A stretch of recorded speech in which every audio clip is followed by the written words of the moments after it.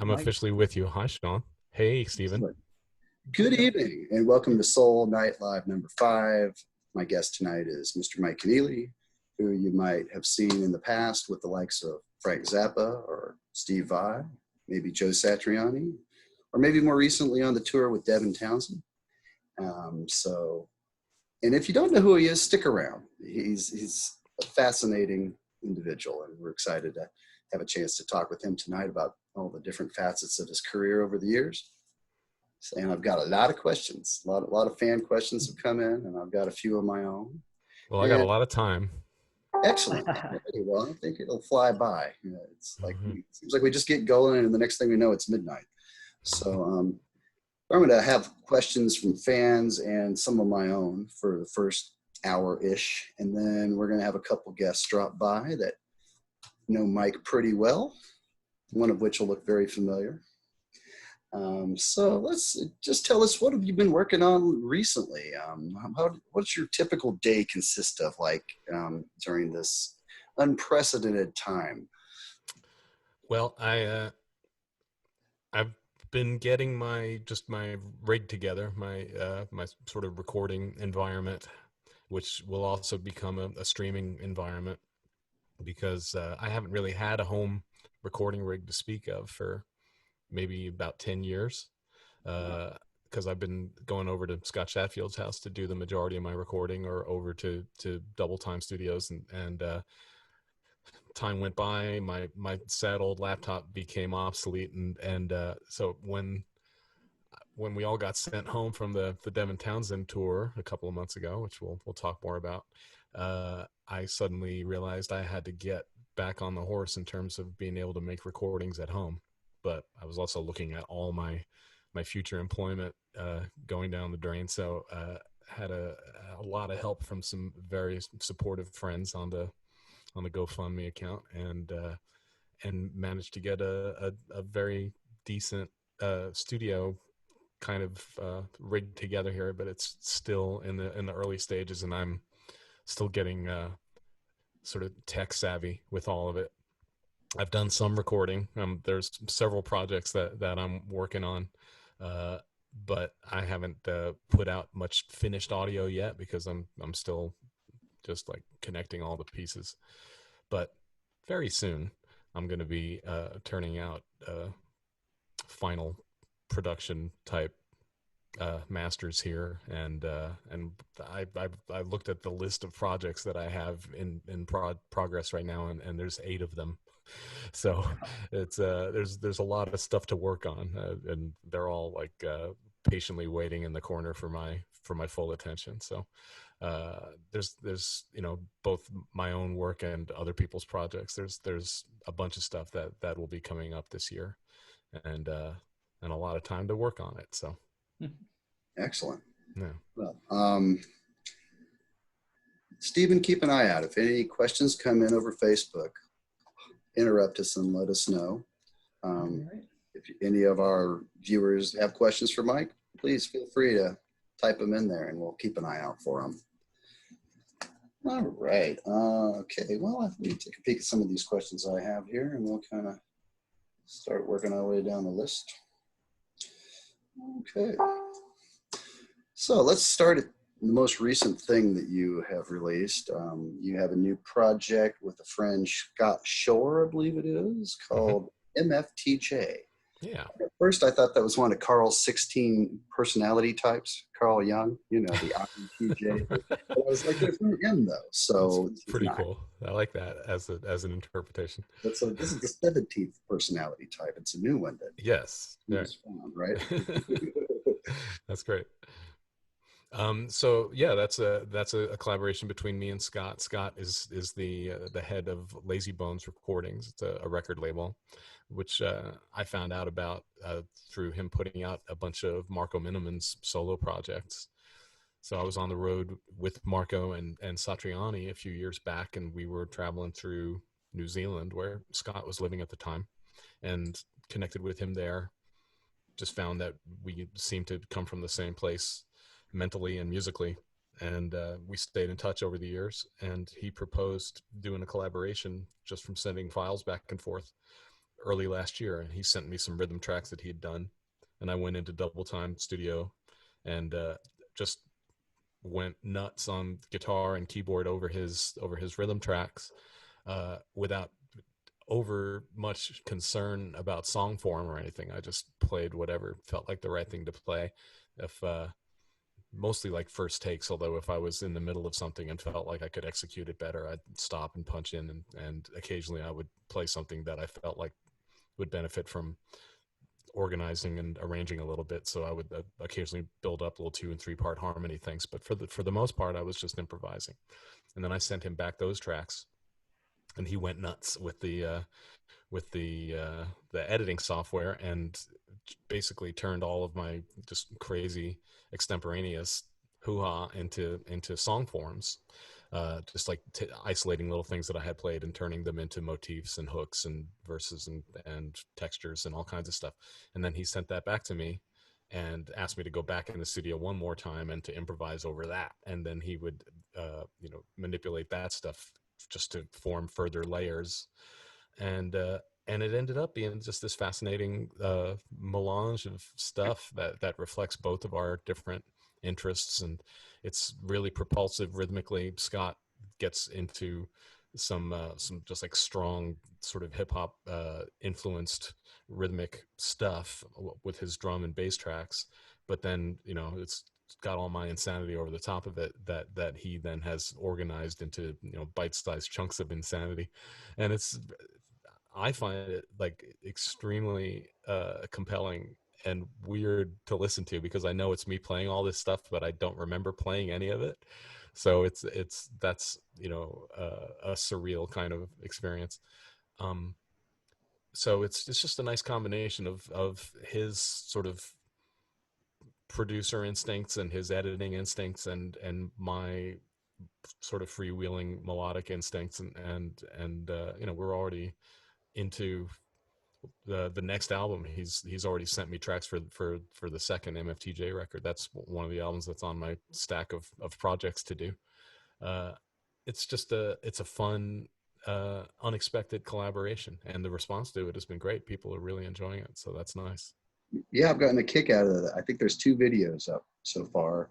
Hmm. Um, That's entirely Scott's domain. He's really good at finding and the public domain video resources online, and just like finding really bizarre things to cut into conceptual videos. It's fun. very much. I don't know if you remember that 9012 live video that Yes put out in the early 80s, where I do it's, remember that. That was Steven Soderbergh, right? yeah, it reminded me of that because it's that public domain kind of, Right, footage right. from the 20s or the 40s. And yeah, but I could tell that Scott's really picked it carefully and kind of made stuff that kind of goes along with the music or doesn't, to the point where like, what's that got to do with this? Exactly. But it's somehow it works, and yeah, he's fun to collaborate with, and it's just this kind of fresh, unexpected thing in my life that I'm really happy came along. And where's the best place to get a copy of this? Currently, the only place is at MFTJ's Bandcamp page, which is just mftj.bandcamp.com. Okay, we'll check And it out. yeah, Yeah, I get a little hope that sample people will. for starters, and then go check it out. Yeah. Is it a full album or is it more like an EP? It's a 40-minute album. So by the the original industry standards of what an album is, it is definitely an album. It's I 10 think songs. I think that's just right. It's almost like when the CD age came along, the urge to do an hour's worth of music became very strong. Well, it's been difficult for me to resist. The majority of my albums are definitely between 70 and 80 minutes. Well, it's great. Dancing, I had to edit like crazy to get it down to like exactly 80 minutes. So yeah, give me a space to fill, and I'll fill it. But after a while, I started, realizing that it is good to like be concise and craft an album statement that doesn't take forever to make its point. And like True. Wooden Smoke and Wing Beat Fantastic are both around 45 minutes, and I think they both sort of benefit from that. Yeah, I think that's about the usual time. Maybe it's just because we're accustomed to it from listening to records for so many years. But Yeah, there's some conditioning there, but I also think, especially when music is dense, that you're asking a lot of somebody to take in that much stuff. But it's it's for a certain type of audience, including a lot of the people who are watching this. It's you can't. There's no such thing as too much. Anything worth doing is worth overdoing. Exactly. And what do the initials stand for? That stands for Mankind's Final Traffic Jam. That's awesome. No, I hope we're not in the middle of it, right? No, I can't stand it when things are more relevant than they ought to be. I know what you mean.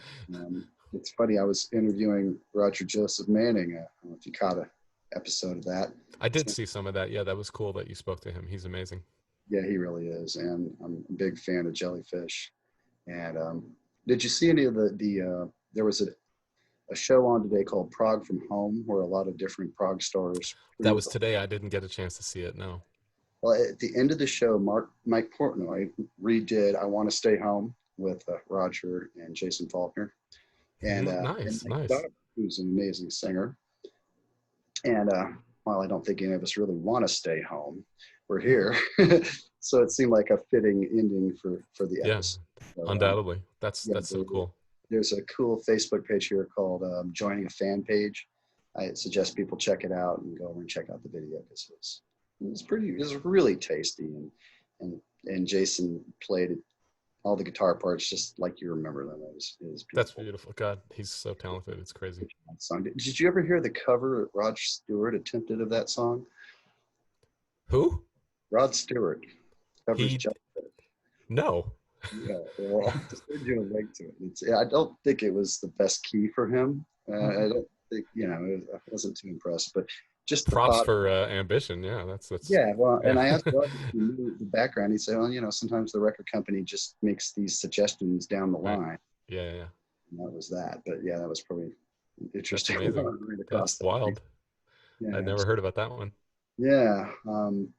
So let's see. I guess I should give you guys a little background about Mike and how we met originally. Sure.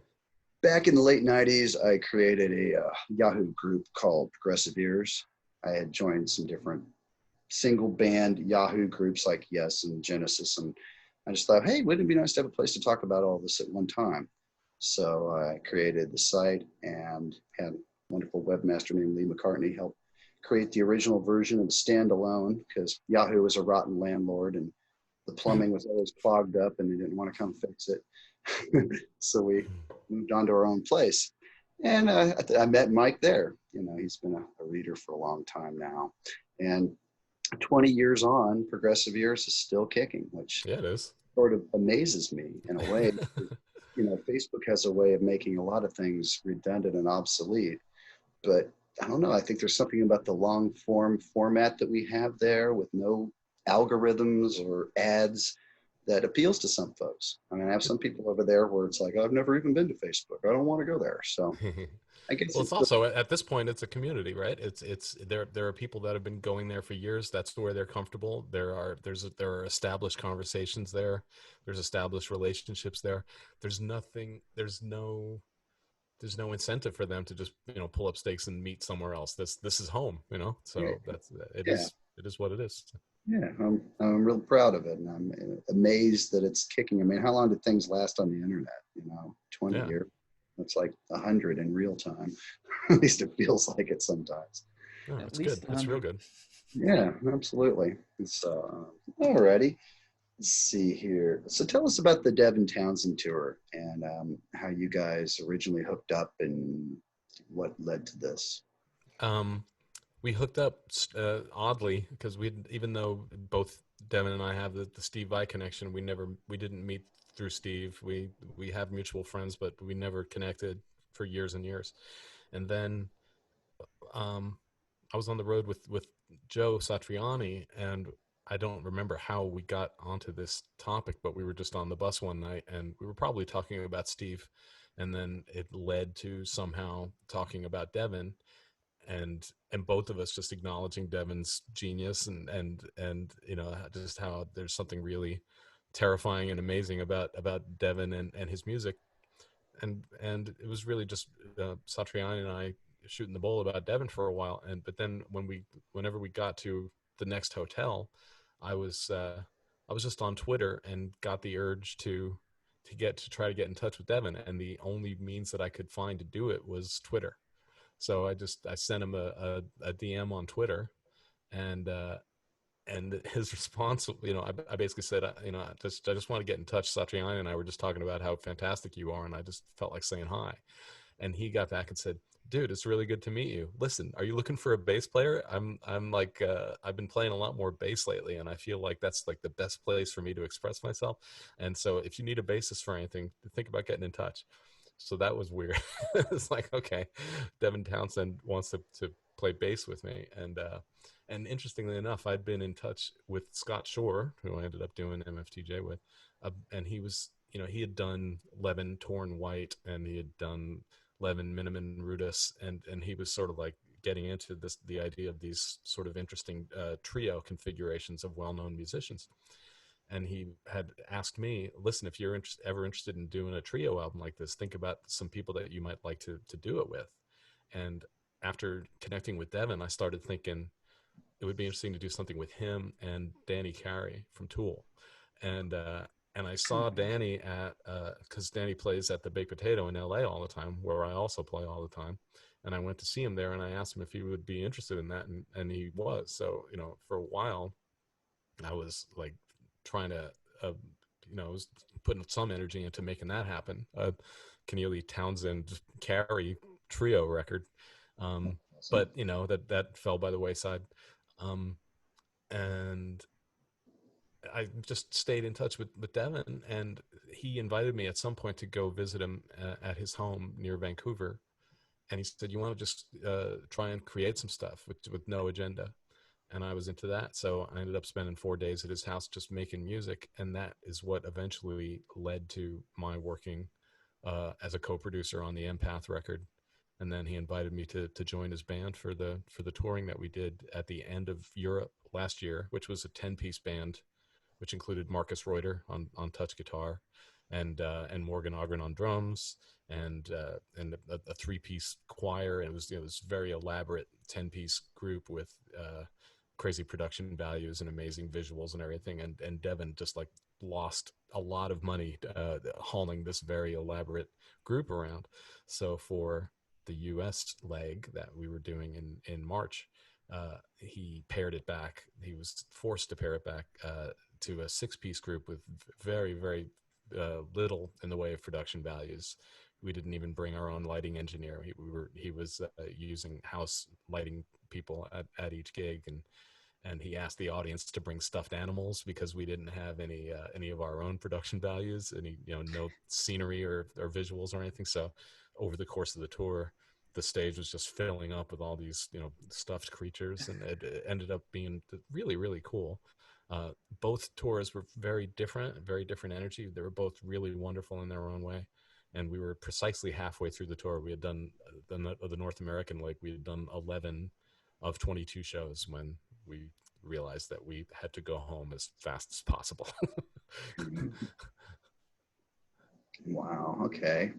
The stuffed animals reminds me of the lingerie from the '88 tour. It reminded me of that too, because that was asked how many pieces of lingerie did they wind up with at the end of the tour, and it's like 563. And I don't know, that's just a guess, but it feels about right. I was gonna say that's a pretty specific number. That's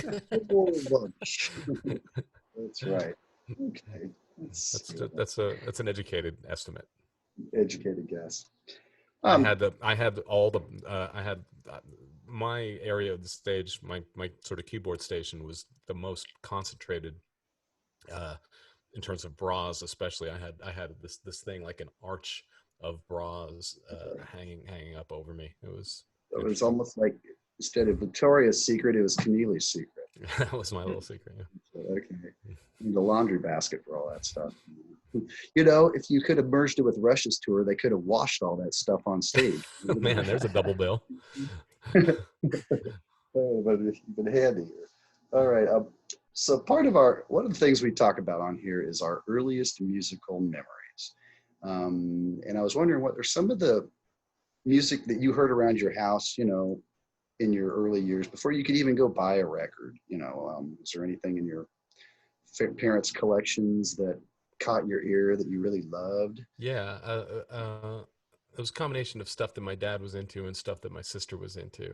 But like my father loved this a singing group called the Mills Brothers, and Or you that know song, them? you could make your There's dreams come true. they're really wonderful. They had beautiful voices. This the close harmony and everything. And there was a typical sort of, this is the '60s, so we had the Ray Conniff and all of that stuff. But I remember that the Mills Brothers as especially just like giving me this really warm feeling. And now when I hear it, it just reminds me of home. But simultaneously with that, my sister, who was in her teens in the mid 60s, and the perfect demographic to be totally bowled over by the Beatles, so she had all the Beatle records and the posters up in her bedroom and stuff.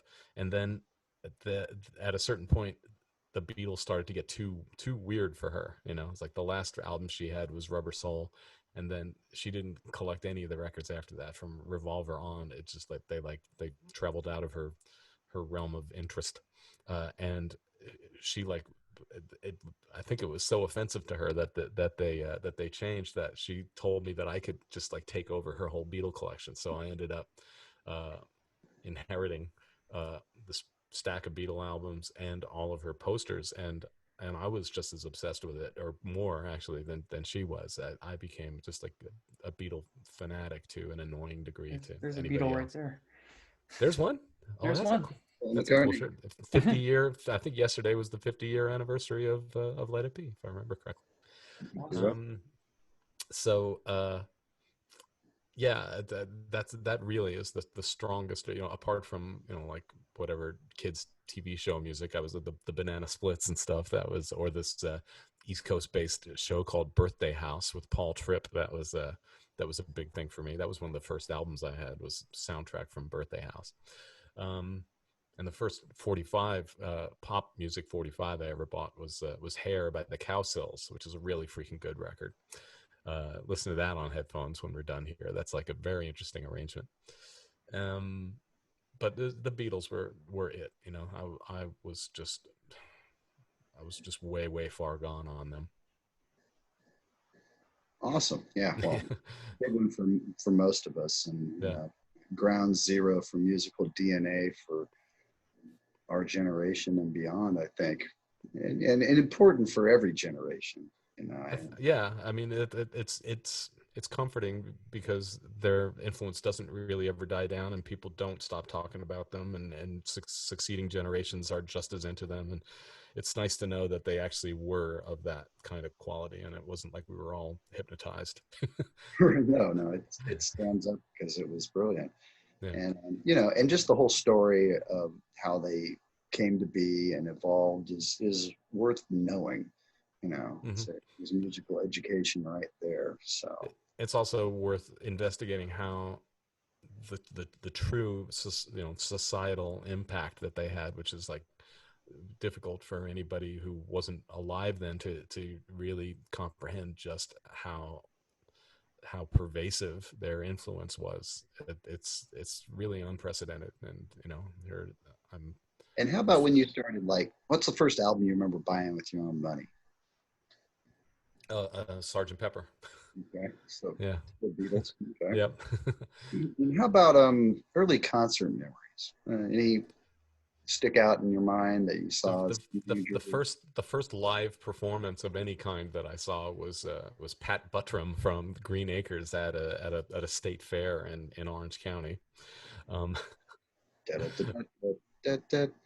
Yep. Right. I Okay. remember he told one joke that I remember that involved getting a skin graft. A guy who had a cheek injury, and he got a skin graft from his butt, and anytime his wife kissed him, he would laugh and laugh and laugh, and that had a big impact on me at age 5 or whatever the hell I was.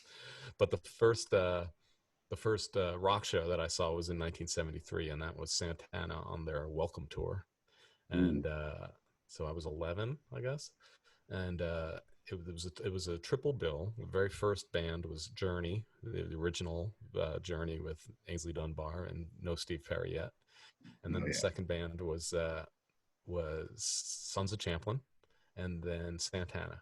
And it was at the San Diego Sports Arena, and we were right by the left speaker stack. And I had never been to a concert before of any sort, and much less one of this magnitude. There was like 12,000 people there or something, and just the whole experience of it was mind blowing to me. And I just remember that anytime they went to this particular type of organ sound, it was just breaking up the PA like crazy. It was probably like a Yamaha organ, one of those really nasty Miles Davis types patches, and the PA would just sputter and catch on fire every time there was I didn't care. I just thought this is rock and roll. This is the way it's supposed to go. It was very exciting. I loved it a lot. It was like running sound for a show like that.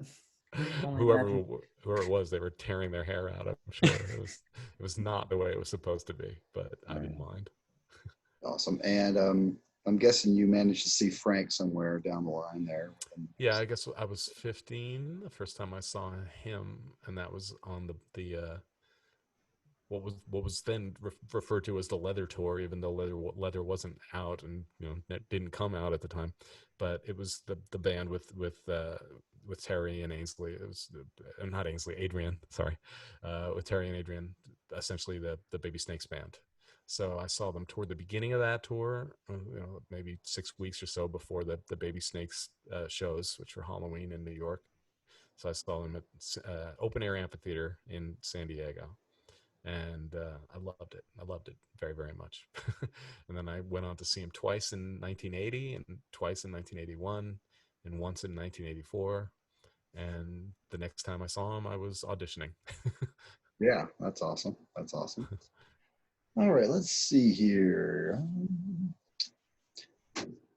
So what have you been playing lately? I saw you playing some different axes with Devin. It almost looked like a 335 that lit up. Was I just imagining things, or did it? That's a Framus, and I was playing that and also a couple of Kiesels on the Devon tour. And the thing that all those guitars have in common is they all are equipped with Evertune bridges, which are a necessity for Devon's music because he is very insistent on things being absolutely in tune.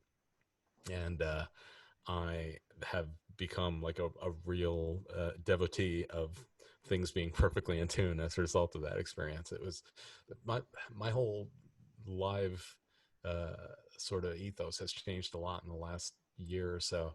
It kind of started when I was getting ready to do the Bizarre World of Frank Zappa tour last year, the hologram tour, and got some new gear for that, including a Fractal Axe FX 3 and a new KSR amp. And I started using in-ears for the first time. And I was like dead set against in-ear monitors for years and years and years. Every time people tried to talk me into it, I resisted angrily. And then finally, it became a necessity on the Zappa thing because we were playing along with actual Zappa tracks, recordings of Frank playing, and we were playing to a click so that we would stay aligned with Frank's guitar solos. It was necessary to play with a click, and at that point you have no choice but to go with in-ears because you can't have a click slamming out of your wedge. You can't have just like tick tick tick screaming at you through a speaker on the stage because the audience will hear it.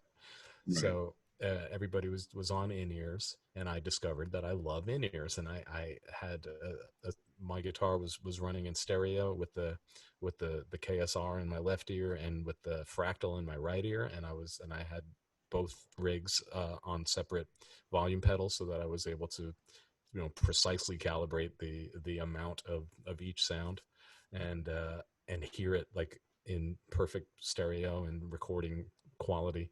And I fell in love. And then on the Devon tour, not only was I perfectly in tune with Devon's guitar, but I was able to have my guitar on the left, Devon's guitar on the right, to lock with him. It's one thing to lock with other people on stage when everybody's just blasting out into the room. It's another thing when you've just like got it drilled directly into your head and you can hear every little nuance of what somebody's playing and really nestle in and just like just like focused very, very intently on locking as perfectly as I possibly could. And it was very, very satisfying. And the other thing that Devin kind of turned me on to as a working process is just the idea of laying back in a groove, which is a simple thing to say, lay back, don't rush. But to like really sort of get into that on a psychological / emotional basis and realize how much a piece of music uh, feels so much better when no one's like rushing to the finish line, when everybody feels just like slightly behind wherever the pocket is. uh then it just feels there's like a strength and a confidence that comes from that, and I really enjoyed getting into that with the in-ears, the combination of the in-ears and the fractal and the evertune, so that the guitar, everything is perfectly in tune. It was like very, very powerful. And it's just a bridge that keeps you in tune, or what's different Yeah, about it? it's the precise, and I'm not tech minded at all, so I would not be able to intelligently explain to you exactly what's going on. But yes, it's the way the bridge is constructed, and it's just a question of compensation. Things mechanically behaving in a way that compensates for the movement of the string, and it's stunning, how well it works. And actually, it was Satriani who first handed me a guitar with an Evertune.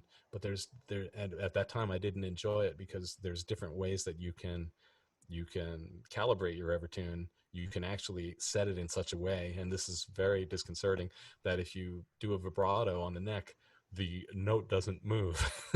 So you could like It's crazy. bend the string and nothing happens. Yeah. And at that time I thought that's what Evertune is, and I was like, well, that's not cool. But then it was Devin who said, no, all you got to do is this, and it just showed me what you have to do with the tuning peg.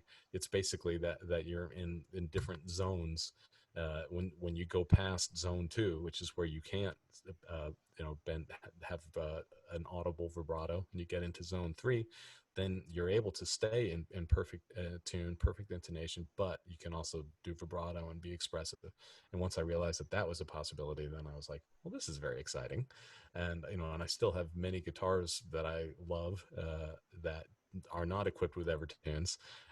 But when I've been doing some recording and practicing here, and I find myself having to retune constantly in order to, even guitars that I previously thought were pretty good at holding their tune. I've been spoiled by the idea of everything being really in tune. But I still like the Rolling Stones. Things don't have to be perfectly in tune Right. all the time. Only rock and roll, right? Did you ever try that Buzz Featon? It makes No. me think of that because it's like, without having to go through all of that special quarter tunings, you had to tune things real funny once you got Yeah. them set up. But I guess the end I never result, I never did experience that personally, but I I think know it that a probably lot would of have been people pretty swear fun. by it. Okay, well, in case you're tuning in right now, I just want to let you know my guest tonight is Mike Keneally, who you might have seen with the likes of Frank Zappa or possibly Steve Vai or Joe Satriani.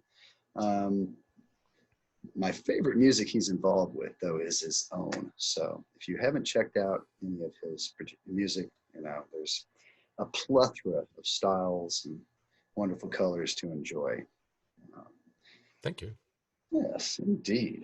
Okay, let's see here. So I was wondering, being an in-demand sideman, I'm sure there's been a number of times that, you've had to learn and assimilate a whole lot of music in a short length of time. Hmm. And I was wondering, how do you go about doing that? You you put everything else in your life to the back of the background of your consciousness. You become a very you become a very uninteresting person because you're focused with as much as you possibly can on this task. um yeah, and plus I have a natural tendency to procrastinate and be distracted by other things that interest me. So it's a painful thing, But once I get into that zone, and usually it comes like the week before a tour is happening, and I thought, I really better do this. Um, and it might serve me well, because rather than dealing with it piecemeal over a long period of time, I end up like cramming it right before the it's time to enter the shoot. And yeah, I mean, it's you have a list of songs that you need to work on. You have a playlist in your iTunes. You have a set of headphones. You have your instruments, and you just get to work. It's Kind of like peeling an onion, lots of layers to yeah, dissect. absolutely. And Wow. then it's a satisfying thing, because especially if it's in a situation where, like, I was on the road with 9 years with Satriani, and every time he would do a new album, we would cover a lot of the new material live, and there would be a lot of new stuff to learn for a new tour. And at the beginning of the learning period, it's just a list of titles, and it's hard to remember, oh, this is the song where this thing happens, this is the song where this thing happens. And you just have to keep plugging away, and over the course of several days, then each song starts to develop its own personality, and then it becomes less of a struggle of which is the song where that thing happens, and you just see the title and you realize, oh, that's the one where it goes from the it goes to the C sharp unexpectedly. It's Right. it's weird, because Joe's songs are really direct in a lot of ways, much more straight ahead than my own stuff, for instance. It's harder in some ways for me to assimilate that type of material than some completely fucked up Zappa thing. It's like my brain seems to assimilate that kind of thing a little more readily, maybe just because I grew up listening to Zappa and other crazy music back in the 70s. It's easier for me to, I guess it's just because they're so different, and Right. you have to quickly train your muscles to go into these weird shapes. And it's, in some ways, it's easier for me to absorb that kind of crazy intricate technical thing than some straight rock and 4/4 Joe Satriani thing, where it's like it becomes harder to remember, okay, when it goes to the bridge, what is the bridge again? And it might be the bridge when you're in the learning phase of some complete other song, and it takes me a little bit longer to establish and really key into the personality of each thing. And that's, it's because what Joe is presenting is totally different. He's doing like straight ahead rock songs with his guitar as the lead vocalist, right? If Right. you imagine his melody as the vocal part, it all starts to make a lot more sense. And they're just songs. They're just rocking songs that people get off on. Yeah. What I've found learning different pieces is that sometimes learning a long progressive rock tune is actually easier because it keeps changing, Yeah, exactly. rather than some rock songs that I've had to learn where it's just like you're on this long stretch of a desert highway with hardly any landmarks. It's just Hmm. like, how many times do we do this thing? Yeah, It's almost easier to remember something that just keeps changing than something that's kind of static. I think Definitely. if yeah, like all of us and other people who are into what we're into, I think our brains are conditioned that way. Once you're ready to accept uh, that kind of music as this is where we are, this is what we do, then it does seem easier to like take that stuff in and absorb it and internalize it. Great. I've got a quick question, like a follow up to that. When you learn all this stuff, does it stick forever, or does it or do you No. have to empty it out and get the new stuff in for the next You show? absolutely do need to clear the buffer. Yeah, I found when I was younger that I was able to retain a lot of stuff, for a long period of time. But the combination of just doing more shows and more albums and just more stuff, and having to learn more, continue learning stuff all the time, and also just the deterioration of my brain as I get older, it makes it so that, yeah, no, I don't even really remember what I played a year ago, much less what I played 20 years ago.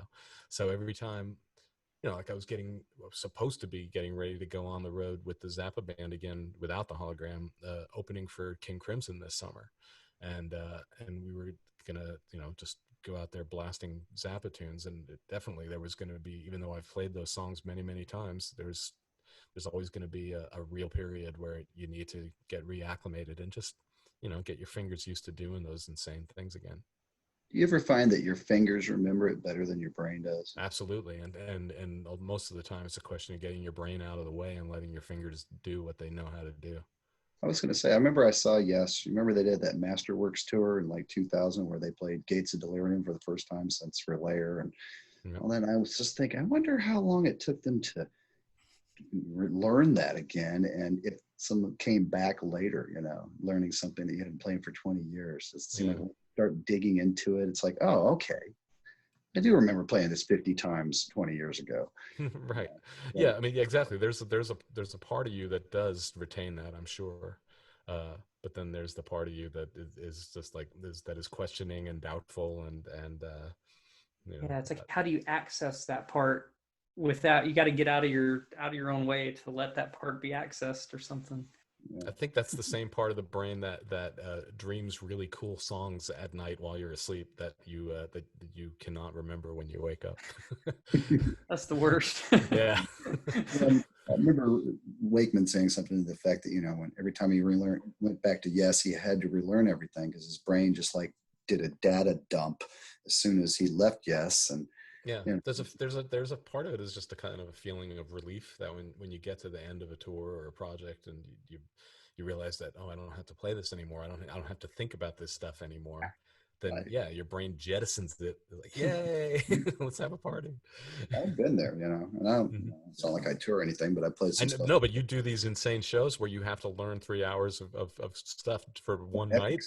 Basically, and that's and then that's like, I don't want to think about those songs again for 5 years, I mean, I love them, right. But yeah, for me, it's weddings.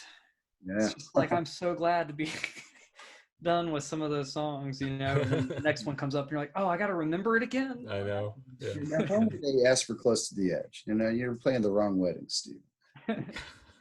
No, but there are some complex, specific things within those songs, believe it or not. Not all of them, some of them.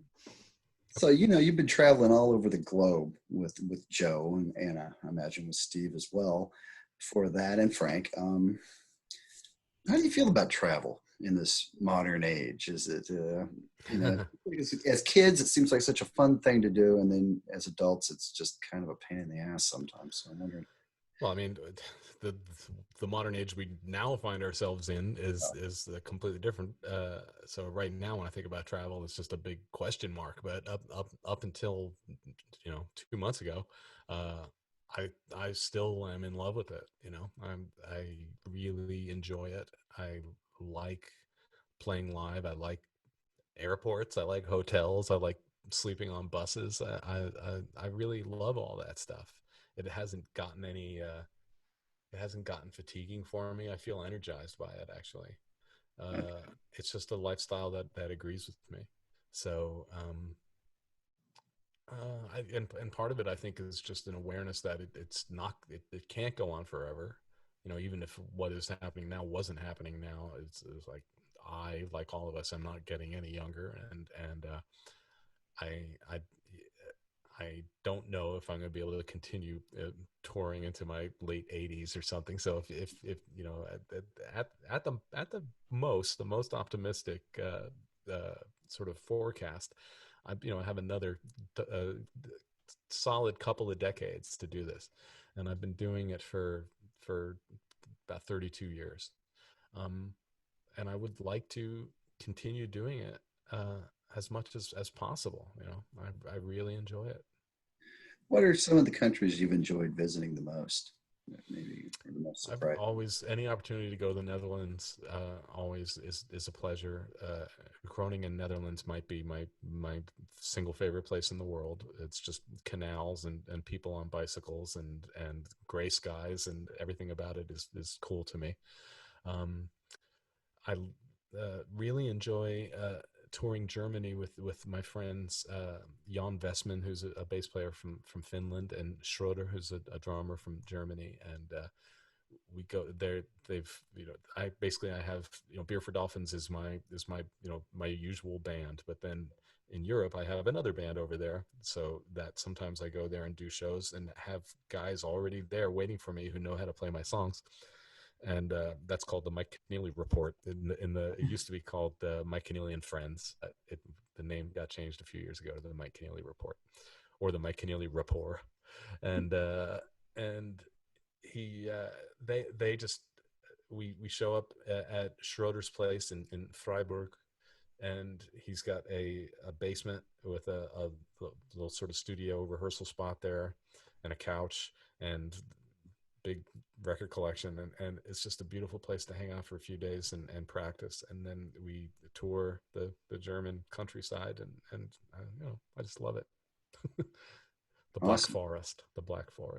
How about South America? You get down there? I've been there several times with Vi and with Satriani, and it's audiences are fantastic. Sometimes find that there can be a kind of a chaotic feeling in with the travel, or just on the ride from the airport to the hotel. You sometimes find there are some real life-changing experiences that can happen on those streets, just like in India.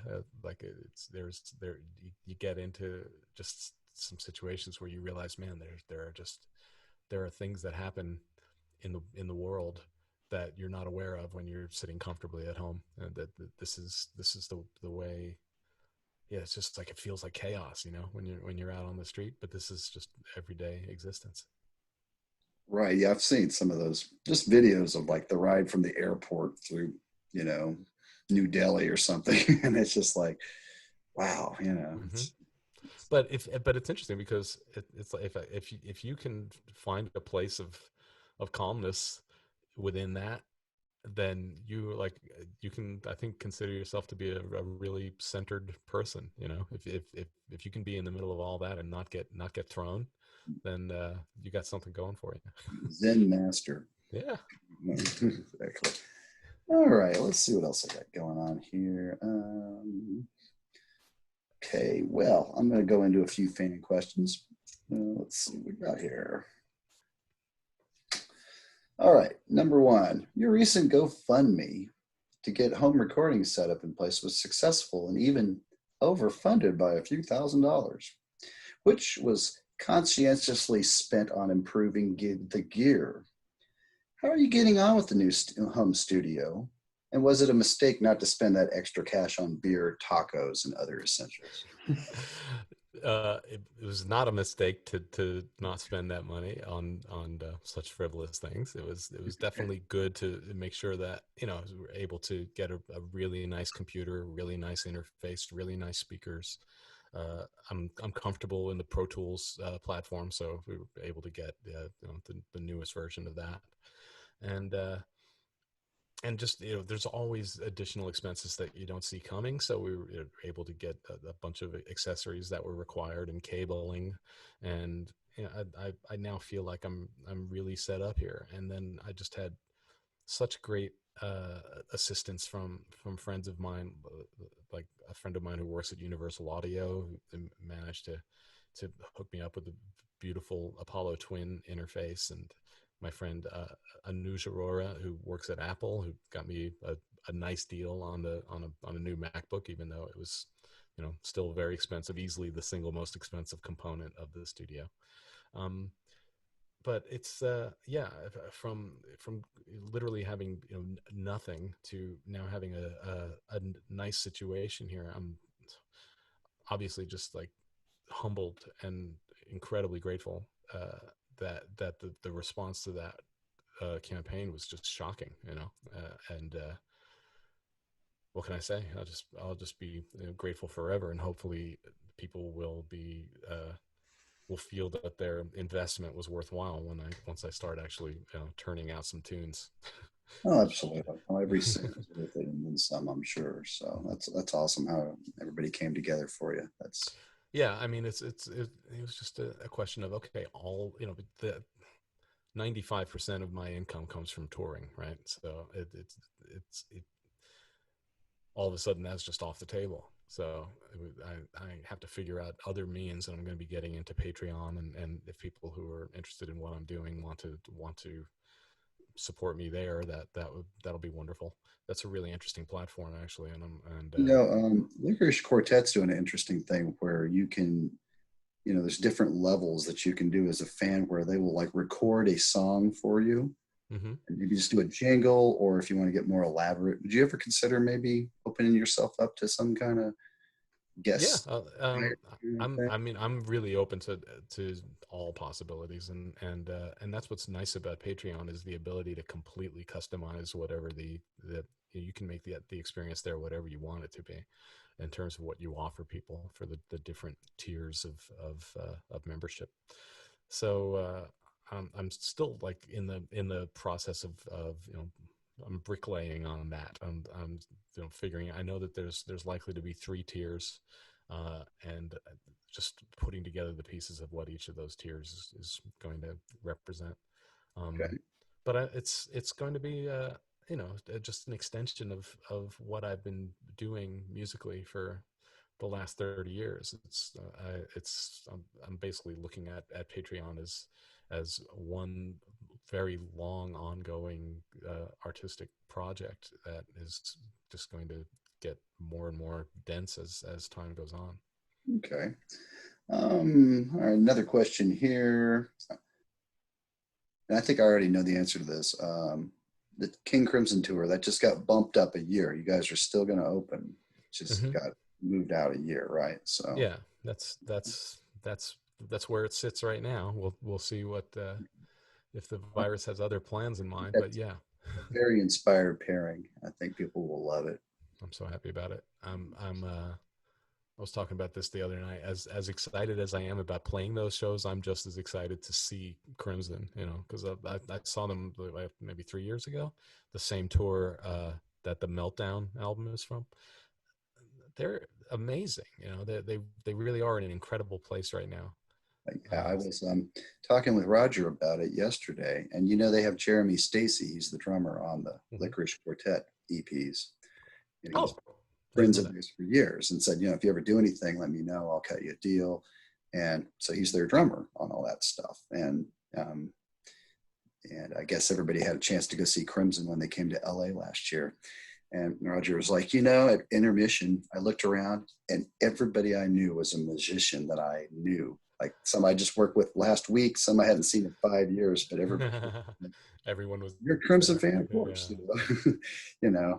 And yeah, I've seen that lineup a few times, and it's almost like the Crimson Orchestra in a way. It's like it's such a rich sound, and they're doing fresh things. It isn't just a rehash of the oldies by any means. It's almost like taking the oldies and pretending like they never really existed and starting over again with them.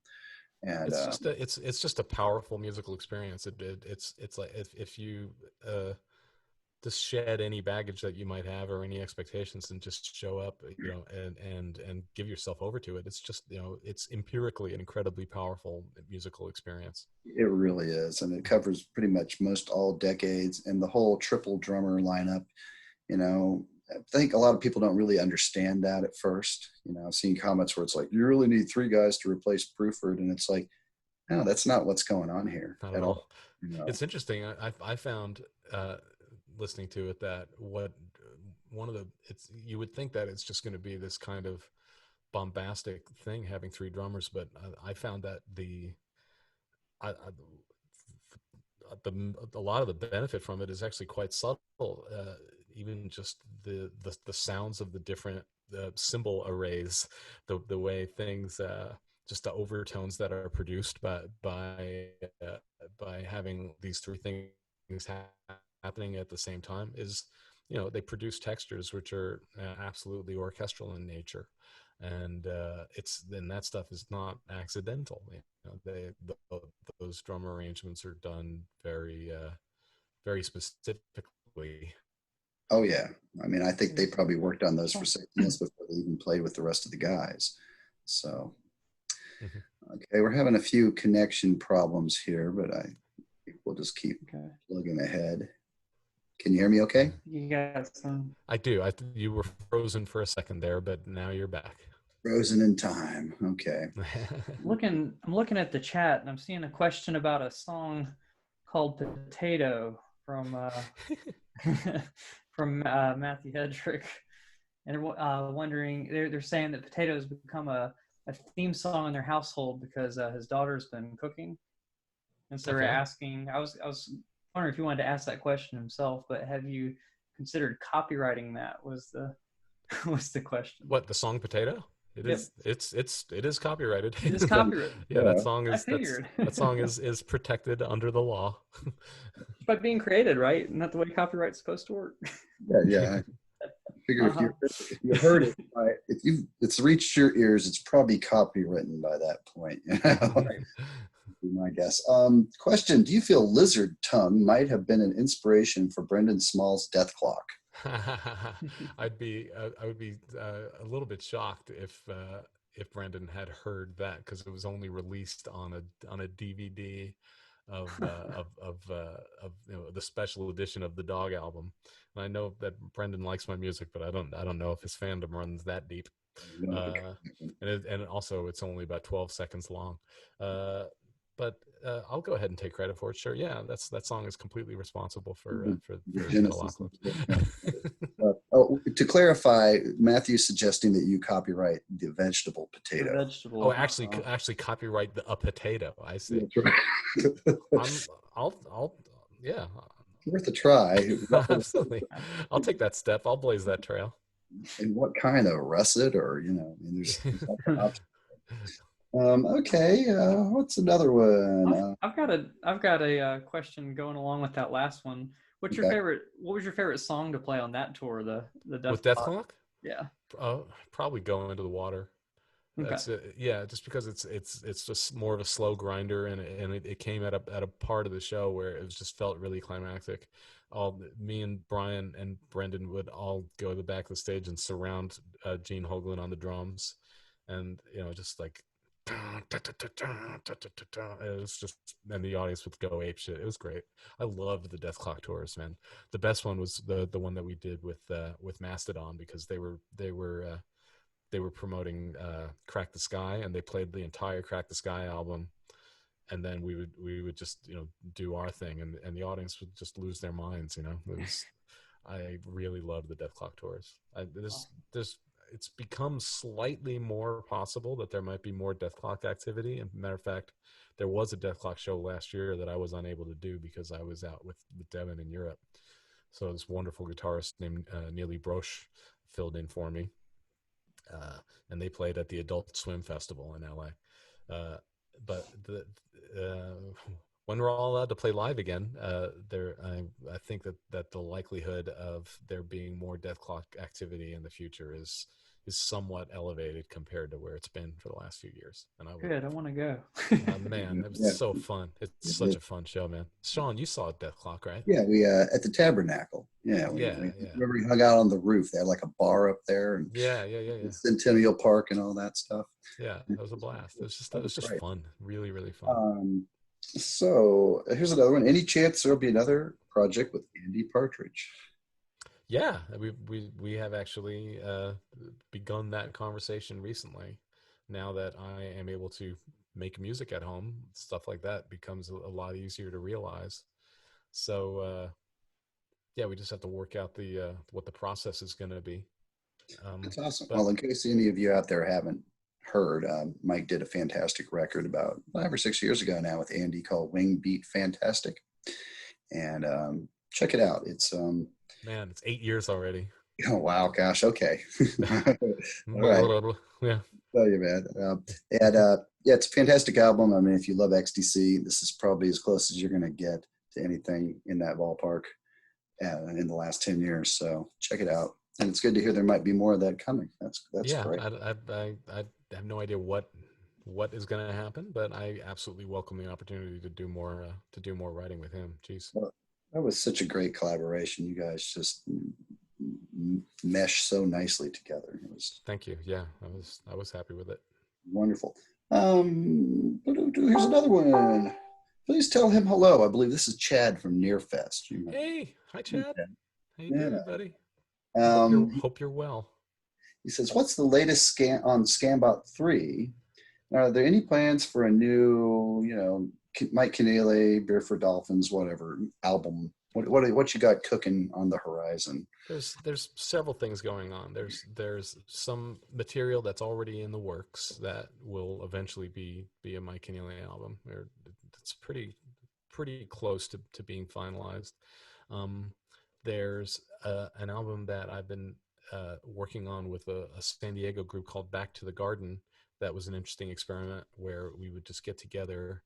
I don't know if you've ever heard of an artist named Jason Mraz. He's Oh yeah, yeah.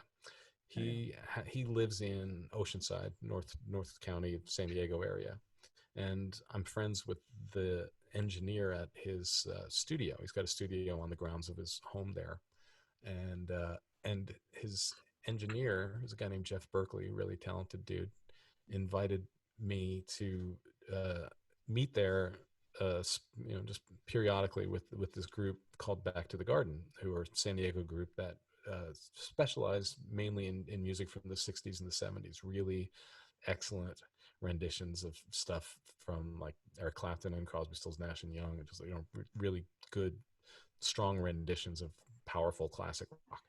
And I get together with this band and write songs on the spot. Essentially, I would just create songs there, and they would learn them, and we would record them right away. And over the course of a few months, we've got 11 songs in the works, which I'm going to continue working on here at home because none of them are finished right now. But I want to create, all those finished tracks and possibly put that out on vinyl. That's kind of what I'm hoping for that project.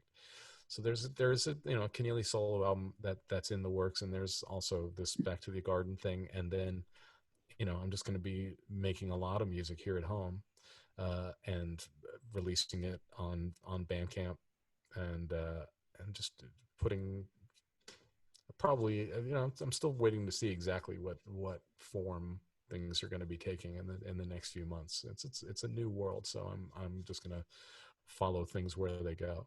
But as far as Scambot 3, that's still I would say a long ways away, and the only thing that I know for a fact, or at least in terms of my desire for it, is that I would like an orchestra to be involved on that one.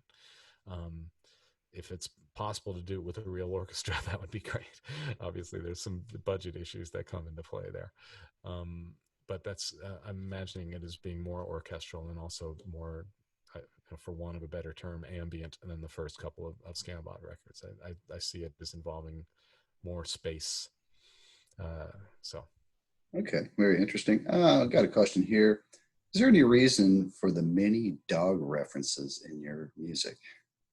Obviously, the simple answer is that I really like dogs. I think that they're really, really cool. And the more psychologically complex answer is that I never have had a dog. I've never lived with a dog. I was about to ask. Yeah. And I think that it might be me doing, compensating in some way for the fact that I did not have like that childhood dog experience. One of these days, maybe now's the time, Well, I'm still not in a living situation. I keep living in places where I can't have dogs, unfortunately. But it's a goal. It is a goal. Well, if you start talking about cats, we'll know something's wrong. We'll say, "All right, what have you done with Mike?" Right? We talk about cats occasionally. I guess you haven't heard Cat Brand Sandwich from Scambot 1. Man. I've already gone to the cat well. That's right. Okay. All right, let's see what else we got here. I think I got most of the fan questions. All right, well, I think we're going to round up our first guest here, so hold on a minute. Oh, nice. Hang on just a second here. I will be back in a minute. Stephen, if you have any questions in the meantime or care to play another tune. Mm-hmm. Unless Mike wants to play a tune. Like my Ed McMahon meets Doc Severinsen. And I'm doing my best to channel Dick Cavett. He's like my favorite talk show host. Yeah, you got that erudite thing going on. I'm trying. I don't have quite the wit that he was, though. But Oh, yeah, go for it, Steven. I don't really have a song to play. That's the problem. All right, hold on a second. Just play some Sean rounding up the guest music, if you like.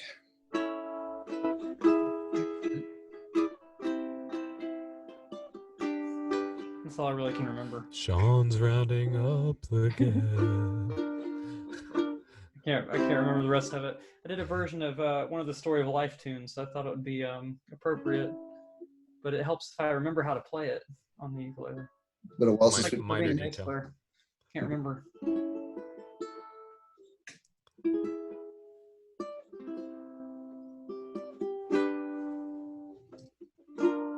Yeah, I can't remember the melody well enough to work it in on uke. Well, that's all right. I think you did what you needed to do there. So thank you for.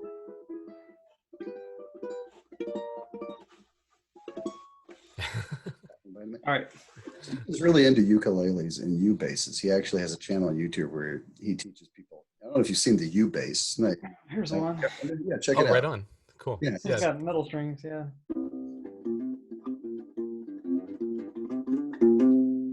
And of course, I got the ones with rubber strings too. He's got fretless. He's got fretted, and that's kind of one of his specialties. You know, I think a lot of people don't even know these things exist. You know, but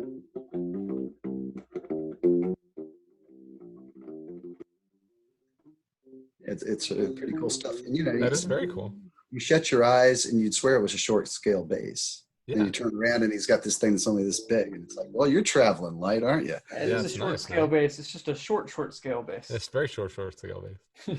All right. Well, next up we have a special guest, local friend, a mutual friend of me and Mike's. You might remember him from the cover of a certain album from the Allman Brothers called Brothers and Sisters. Dude. He's a little bigger now. Our good friend Baylor Trucks is going to drop by here. Yeah, that's fantastic. See what he's been up to. Hello. Hey, Sideways Baylor. Hey, howdy. Am I sideways? Yeah, you are. Sideways. All right. Hold on. Lean into it. just lay down sideways on the floor and then. Right on. Hey, man. There we go. Oh, it's good to see you. Aw. Got the shirt Speaking on. of Andy Partridge. So cool. How are you, man? I'm good. I'm hanging in. How are you doing? How's everyone there? You know, we're doing okay. Quite sequestered. Quite the hermits. Delivery for everything. The sunlight hurts my eyes. You know, all of that. Mm-hmm. We are both fortunate enough to be able to work full time from home, though. So we are well within our means, and so you know, supporting as much art as we can because it's damn important. But otherwise, just, you know, living the life of video games. And hey, I got my own Apollo interface here as well. So. Oh, nice. Yeah, I'm now firmly on the Apollo team. Yes. Awesome. Well, Baylor, tell us a bit about what you've been doing musically. I saw some clips recently. Yeah. So the biggest projects that I've been involved in recently. Do you know a drummer named Jeff Franca? He plays with Thievery Corporation.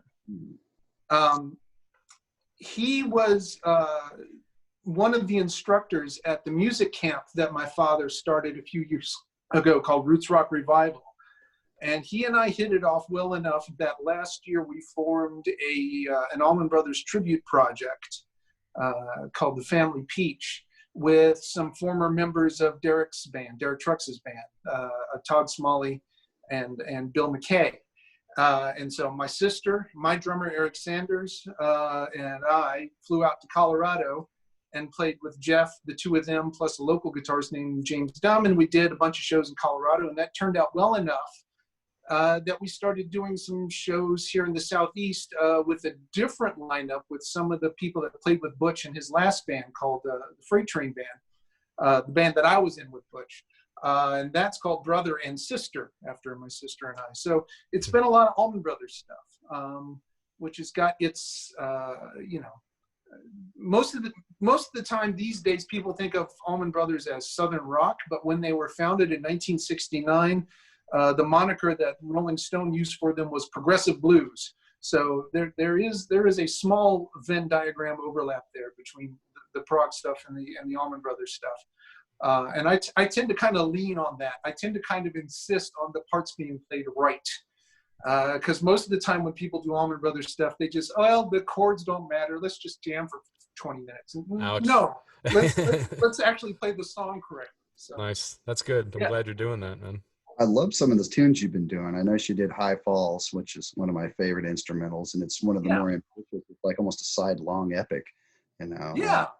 I love that. I mean, I love Liz Reed, but she's almost become like the default choice for every jam band in the world to play. And yes, exactly. And it's one of those things that there are some songs, you know, if you're showing up to play Allman Brothers stuff, there's some things that they're going to expect you to play, and we have to do those. But for the stuff in between, let's make it interesting. So the next time we go around, we're going to do an even more difficult instrumental, I think, called Kind of Bird, which was their tribute to Charlie Parker that came out on Shades of Two Worlds back in '92. So that one was difficult enough that even Dickie couldn't play it after a minute. Well, yeah. Now I'm curious. I want to hear that one. Oh, yeah. It's really cool. Yeah, and I noticed you had a lineup. Matt Stalard on bass there. Yeah, Matt Stalard. Yeah. I had the pleasure of playing with him occasionally. We're in an occasional wedding corporate band that we dubbed the Aquarium Liberation Outfit. Oh, that's cool. Well, yeah. No, because the show was at the Georgia Aquarium, so it was kind of a tongue-in-cheek homage that we couldn't resist. And we love the company, of course, but that's the kind of where the connection ends. But we hope to get out and do some more stuff. That's the last gig I did was like back in February. We played a private party downtown, and it was a blast. It's such a pleasure, guys. Oh, so Baylor, any questions for Mike? Anything? Oh, Mike, I'm pleased to see you. I'm glad you're doing well. I'm glad you got all of the tools that you need to maintain your creativity, because we need your voice, man. I've been telling this to every single artist that I've had the opportunity to talk to in the last few months here. I don't go online doing concerts and whatnot unless it's for a benefit, just because there are people out there that this is their means of employment. I'm doing okay. I'm going to give, I want to support. I don't want to take right now. So I'm glad that you got the wherewithal. And as always, if you need me for any damn thing at all, I'd be more than happy. So, oh man. Yeah. Okay. So that's all deeply appreciated. And yeah, I mean, we should definitely do some virtual collaborating here. I think that would be a wise thing to do. I did not come on to solicit. I came on to appreciate. I hope you understand that. No, I do. Believe me, I do. But in the rare occasions that we've been able to play at the same time, it's always a good time. So yeah, I'm down. It's always inspiring. I've seen it in person. I remember that Wing Beat show where y'all played in the Purgatory Room at the Masquerade. Yeah. The big room where the wall collapsed. They took that whole place and tried to turn it into like a corporate office park. And as they were working on it, a bulldozer ran into that wall on the outside, and the whole thing collapsed about 6 months ago. Yeah. They're working to replace it. They understand the history of that place. That floor finally fell through. Yeah. We're always worried about. That's the room where they had the big post right in the middle of the stage. Right. And I remember it. I do remember. And seeing you guys play some of Mike's tunes that night was inspiring. Always. Oh. Isn't that the night? I seem to recall that was the night that my hand froze. Was that night? It could have been. Yeah, it's like I remember playing something, and all of a sudden my left hand just like froze. I've had that happen. And I remember thinking, oh, well, maybe this is the last thing I ever do. And it hasn't happened since, but I'm just grateful. Then we got up there and did a Steely Dan tune. That's right. Yes. Playing your green guitar that I've seen you play so many times. It was my old school, wasn't it? It was Don't Take Me Alive. That's it. Yep. I was like walking around there going, now, I haven't played this in 6 months, but I think I remember every chord that I got up there, and remember 96% of them. That'll do. Close enough to rock and roll, right? So what are you working on, Baylor? Well, right now, I am neck deep in trying to become sufficient enough at modular synthesis to be able to start composing with it. Fun. I've invested a lot of kind of time and energy and money in getting Eurorack modular synthesizer set up. Started with Moog, but it's branched from there.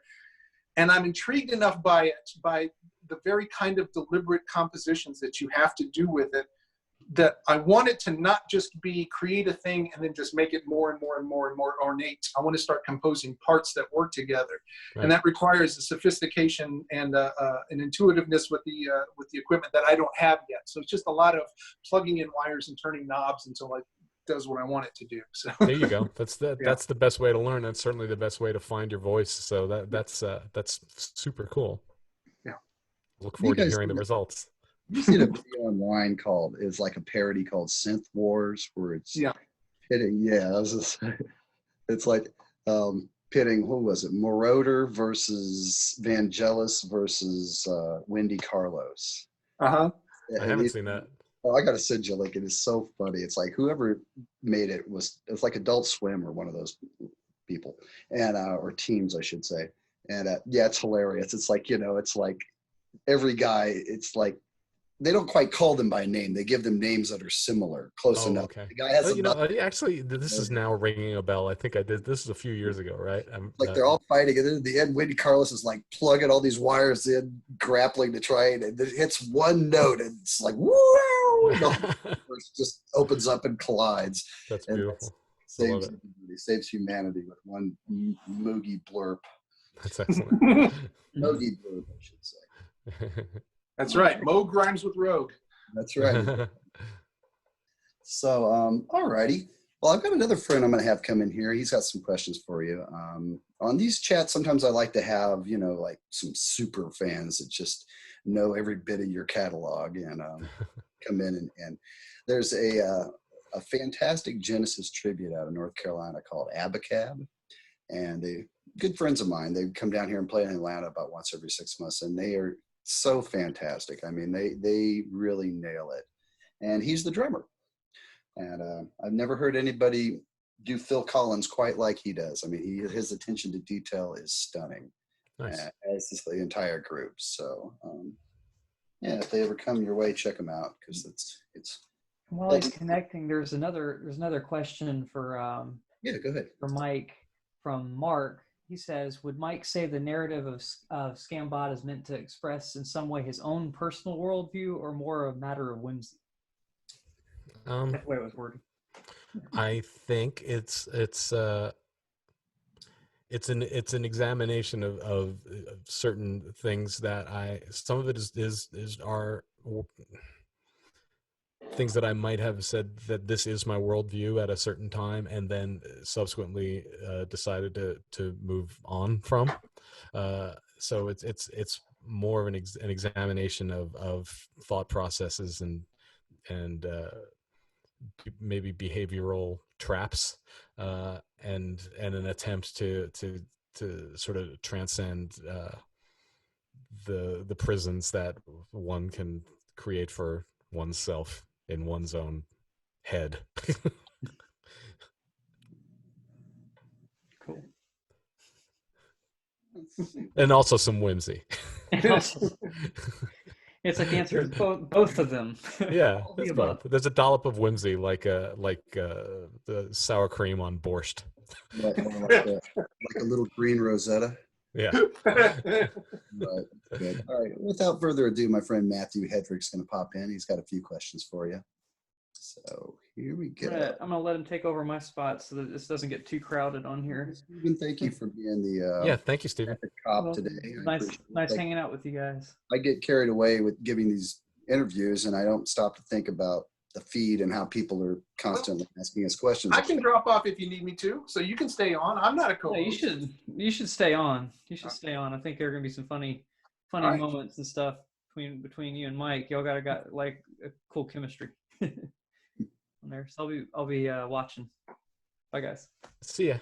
Alrighty. I think Matthew's trying to join via iPhone, so we'll see if he pops up here in a minute. What's in that bottle up there, Sean? Next to the Todd Rundgren book. You don't like this.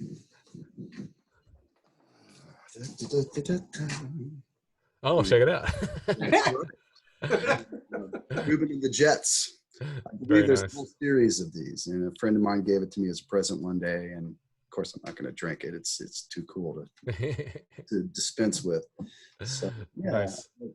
I mean, if somebody can give me a bottle of Bitches Brew next, I'll add it to the collection. Right on. I had some. Someone gave me some of that. Is it Is it good? It was served up at a party. It wasn't bad. It wasn't terrible. It was okay. Yeah. Sometimes an okay beer, well, always an okay beer is better than no beer at all. Absolutely. Well, I hope he's okay. Well, he might be. Oh, wait, hold on. Let me try this one more time. I thought I hit admit. Keep him waiting in the lobby, you know. All right, here he comes. Here he comes. A nice job with those yes posts, Sean. That was entertaining. You know, it's like that's a catalog that I know inside and out, you know, and it's fun doing those. But there's like other ones, like for instance, there he is. Hey. Like for instance, somebody said, "Oh, why don't you do ELO?" Because you know I've been in this ELO tribute for the past few months, Right. having a good time, and I was like, I don't really know the entire catalog. You know, I know probably the middle section, Yeah. but you know, and I feel like I shouldn't even go there unless I can review every album. Right. So let's kind of stick to what I know. Matthew, how's it going, brother? Can you hear me okay? Hello, everybody. Can you hear me? Yes, I can hear you well. Hey. Absolutely. Yes. Hey, Matthew. Hey, Mike. Matthew. Baylor, Mike, this is Matthew, drummer Nice with to meet you. Cab, the North Carolina Genesis tribute. They are so awesome. Recently, I post a link on my page. They played the entire Duke suite. Ooh. Album. You know, that was That's fun. originally intended to be like a one long conceptual thing, and I think the record company got in there and carved it up and made it into the order that you find on the record now. But originally, it was more like the first, I don't know, most of the first side, but then like turn it on again, and then Duke's Travels at the end, I think. And these guys just nailed it. They put on a special show just to play it online.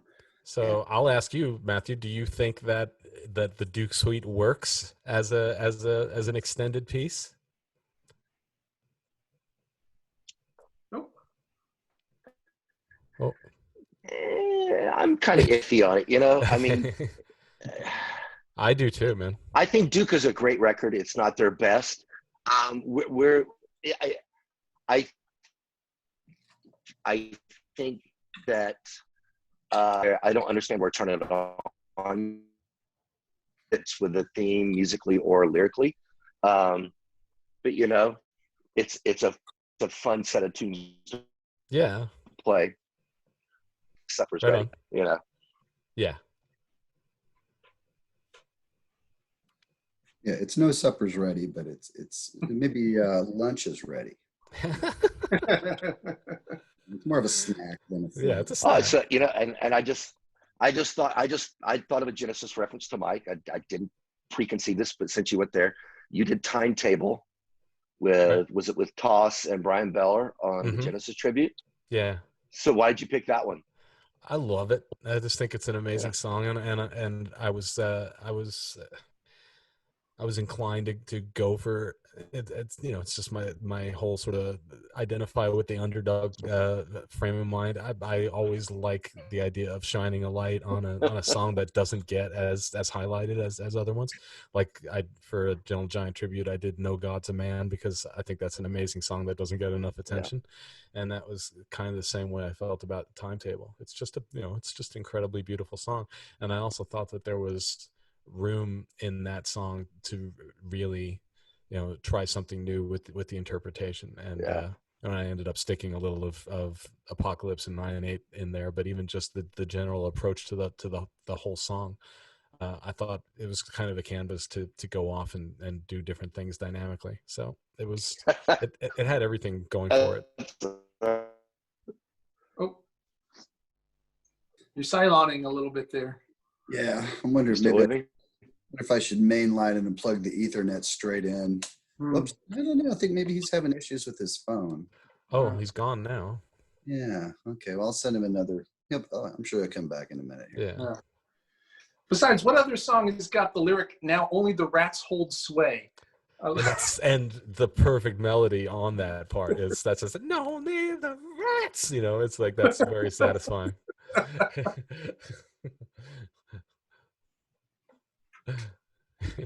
think he's trying to get back in here. I see his spot waiting for him. Well, while he's trying to get in here, tell us a little more about Gentle Giant. You know, I know you've been a Gentle fan. Giant formed in the mid-40s in the That's right, yes. He's getting a little long in the tooth at this point.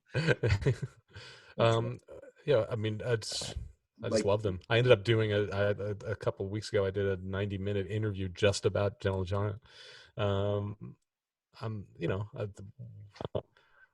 That there was nothing else like them. They were 100% unique, and absolutely scratched so many itches the first time I heard them that I didn't even know needed scratching. You know. Yeah, Oh, Matthew is back. Yes, Matthew. So we had some questions for Mike. So forgive me. Forgive me. I left. So anything in the works? We did an improv with him in Chicago a couple of years ago. Is there were the seeds planted for anything in the future with Gary? I don't. You know, it's strange. I love seeing Gary whenever I get a chance to connect with him, but I don't have his. I don't think I have his email address. I don't have any means of contacting him. Well, I guess I could contact him through mutual friends and stuff, but Gary and I aren't in touch. I would love to be. Yeah. Yeah. If again, this is like we're in a situation now where collaboration is pretty easy to facilitate. So if he has recording facilities wherever he's staying safe, hopefully, I would be very into doing something with Gary. I love Gary. I'd love to hear some new music in that vein, because there really isn't anything quite like it. There were a couple of things on Scambot too where I just like it was more than slightly indebted to Gentle Giant. There's a song called Pretzel where I am totally aping Kerry on the vocal, and just the general approach there, just the architecture, the way things fall into place.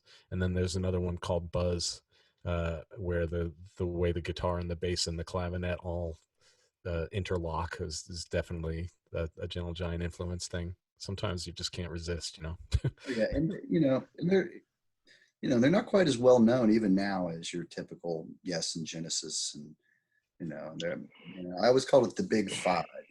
Yes, Genesis, King Crimson, ELP. Toll Crimson.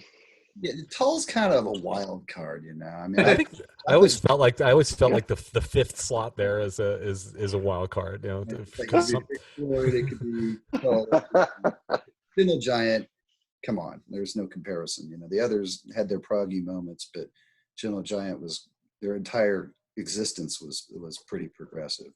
What's interesting is that you could see there were certain areas where both Tull and Gentle Giant kind of occupied the same ground. If you listen to the songs from the Wood, I think that the arrangements there are very much coming from a place that would not be unfamiliar to a Gentle Giant fan.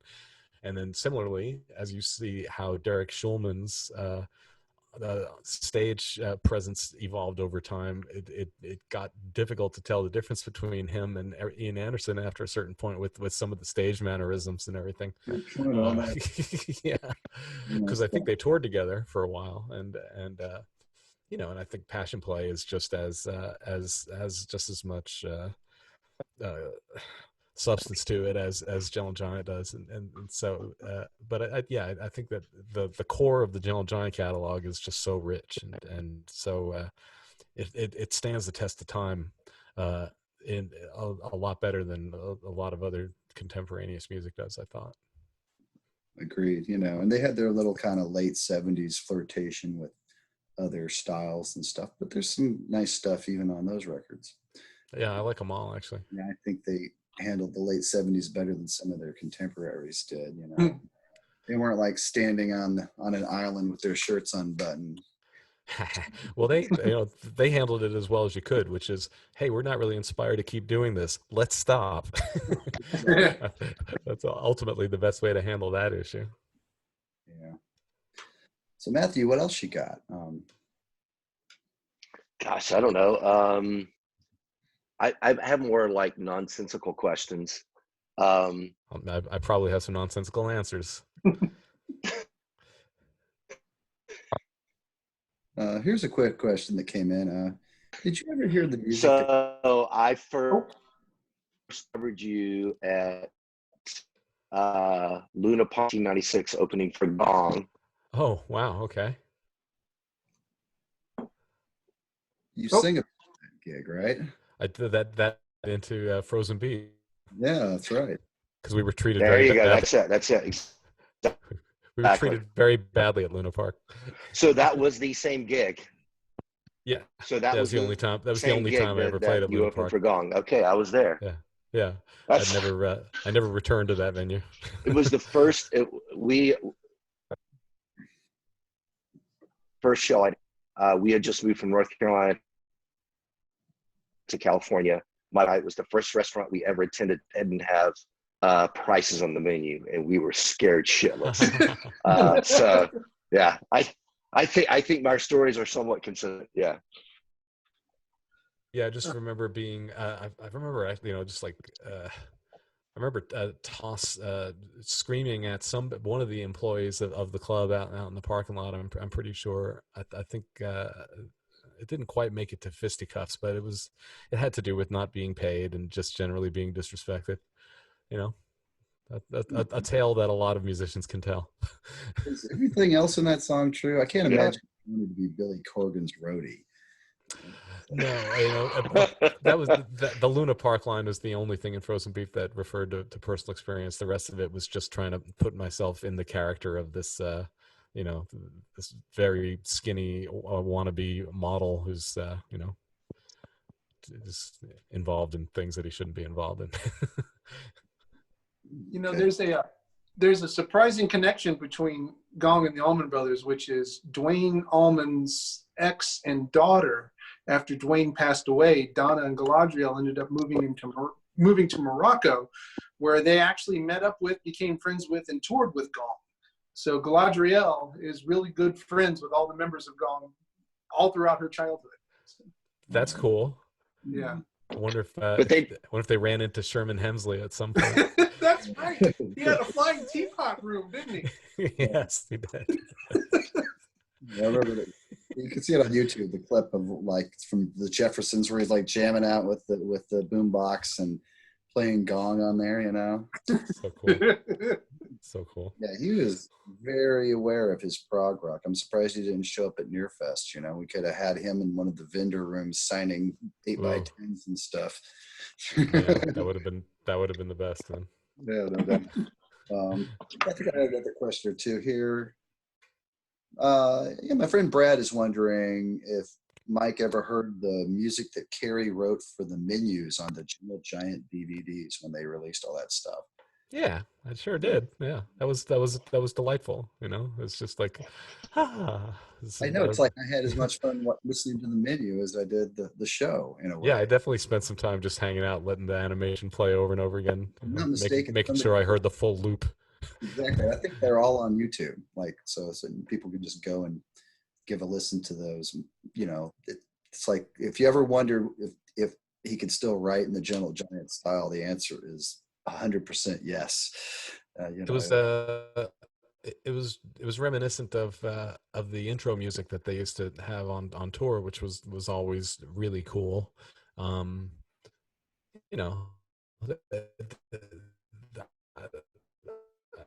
I appreciate the fact that band went the extra mile in terms of rearranging their songs for coming with some piece of recorded intro music that would bring them on stage, and often would like just segue seamlessly from the recorded music to when they would start playing live, and it's just they just had it together. You could tell that they cared.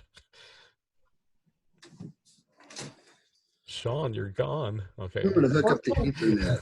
This internet. There we go.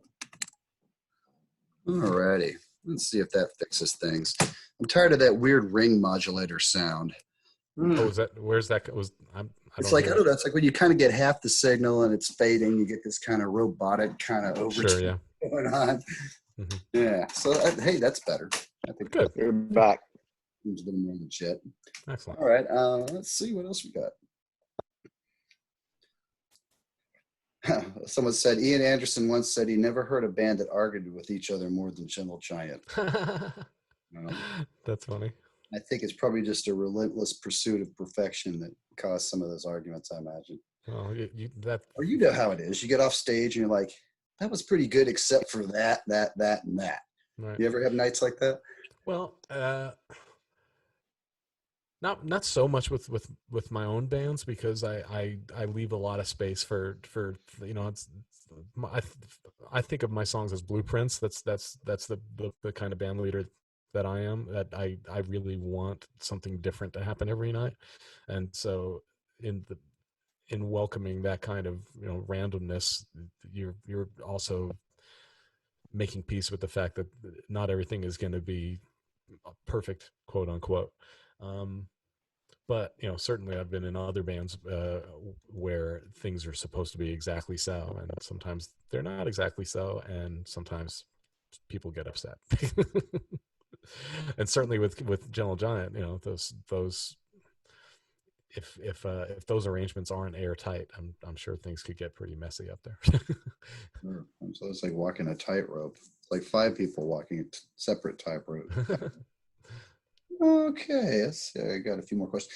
So tell us about the Zappa band and the hologram thing. There was a lot of brouhaha about that when it happened, and it seemed like the fans were kind of evenly divided between I don't give a damn, let's do it, and oh, what a gimmick, And I was like, I don't care about the hologram. I mean, that seems fun, but I could take it or leave it. You could just stick a picture of Frank on an easel in the middle of the stage and I'd be as happy, So what was it like? How did you feel about it? Well, it was powerful and it was emotional, and I think Frank would have dug it. And the visual aspect, I found that in some ways was an unfortunate that the word hologram was attached to it, because the actual visual presentation of the evening went way beyond that. There were all kinds of visual things happening on the screen, and it was people that I trust came to see the show and said that they were completely blown away by it. Dave Gregory from XTC said it was unbelievable. Stephen Wilson said it was unbelievable, and the people who were upset about it without even laying eyes on the thing. Well, some of that was just this sort of tribal argumentativeness that happened from people who felt that they needed to align themselves with one member of the Zappa family at the expense of another member of the Zappa family. It's just that the hashtag team mindset, and I just think that is really foolish. And it would have been great for people to just be open to the possibility of an experience that was really moving, I thought. And the band was incredible. So yeah. it's I'm excited about whenever we're able to play again, and hopefully this time next year we'll be able to go out and do shows and do the thing opening for Crimson, and that's going to be an amazing night of music, I think. Yeah, well, as soon as I saw the lineup, it's like I would love to see that. I don't care, hologram or not. These guys playing together again is a big deal. And The one thing that I think you would have been affected by is on the hologram shows was just the sound of Frank, doing those solos, because we chose a really good selection of unreleased solos, and it just really felt like he was there. It was a powerful thing. yeah, I would have loved to have seen that. But I'm glad to see you guys are continuing, even though the hologram thing isn't happening every time. Well, it's real expensive. It's the technology that needs to be hauled around, and the people that need to be hired to run it. It involves a lot of money. So when we started doing shows in LA, and Amit who's who dreamed up all the conceptual idea for the Bizarre World Tour, and he came out to see us, just a band in a club playing, and he said, well, this is definitely viable. We should put this on the road too. And it's a lot easier to move just a band around than it is to move this huge extravaganza. So yeah, we were excited about the possibilities of what kind of shows we might be doing. And then when the Crimson thing came together, then it was just like, oh my God, this is too perfect. So yeah, I like have laser light focus on that tour next year. I'm like really looking forward to that. We all are. I think they're coming down this way, but I'll just have to come to you, I guess. My friend Cliff, who Matthew knows well, he's his bass player, has a question. He wants to know if Scott came out of retirement to be part of this album. Oh, Scott Tunis? Yes. He has been playing live for a number of years. He was playing with a group called the Mother Hips for I don't know, 6 or 7 years, I think. So he had a period of I think swearing off live performance, but it wasn't permanent. And so I probably saw him at the Belly Up here in San Diego maybe 10 years ago or so. Sat in with him, and he was raging. He was Scott Tunis 100%. So he's been rocking. Oh, that's awesome. It's great to see you guys playing together again. Oh, I got another question. He was wondering about how you hooked up with Kevin Gilbert back in the day. That was through Mark Bonilla, who was a guitar player who was in the live Toy Matinee. And right. More recently, Keith Emerson's band. Exactly. Yeah. And in fact, I'm right now very. Mark and I are actually about to put something out together online sometime in the next couple of weeks that is occupied a lot of my attention for the last few days, and when you see it, you'll understand why. But that's all I'll say about that. But I ended up in Mark Bonilla's band. He was signed to Reprise Records, and he did a couple of albums. And the first one was called Double E Ticket, and Kevin Gilbert was the producer of that record. And so through getting hired to play in Mark's band, and Toss Panos was the drummer in that band, so that's how I met Toss, who ended up being in Beer for Dolphins. But that's how I met Kevin, was because he was producing Mark Bonilla, and then we were hanging out together, and he was just so funny and fun to spend time with, and obviously brilliant. And we did a little bit of collaborating. Obviously, we did the Yes and Genesis songs for those tribute records, and he came in and performed on the Hat record a little bit.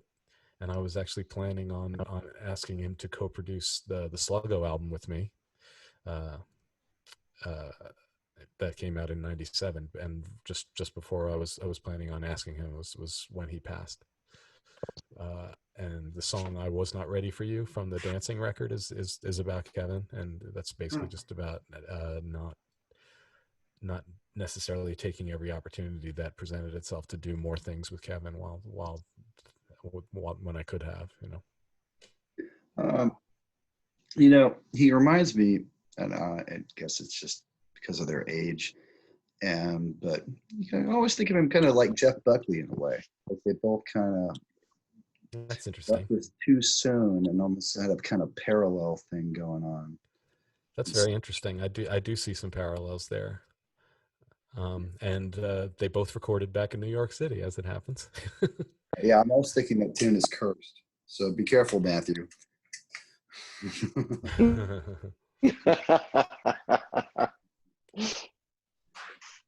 So got some more questions here.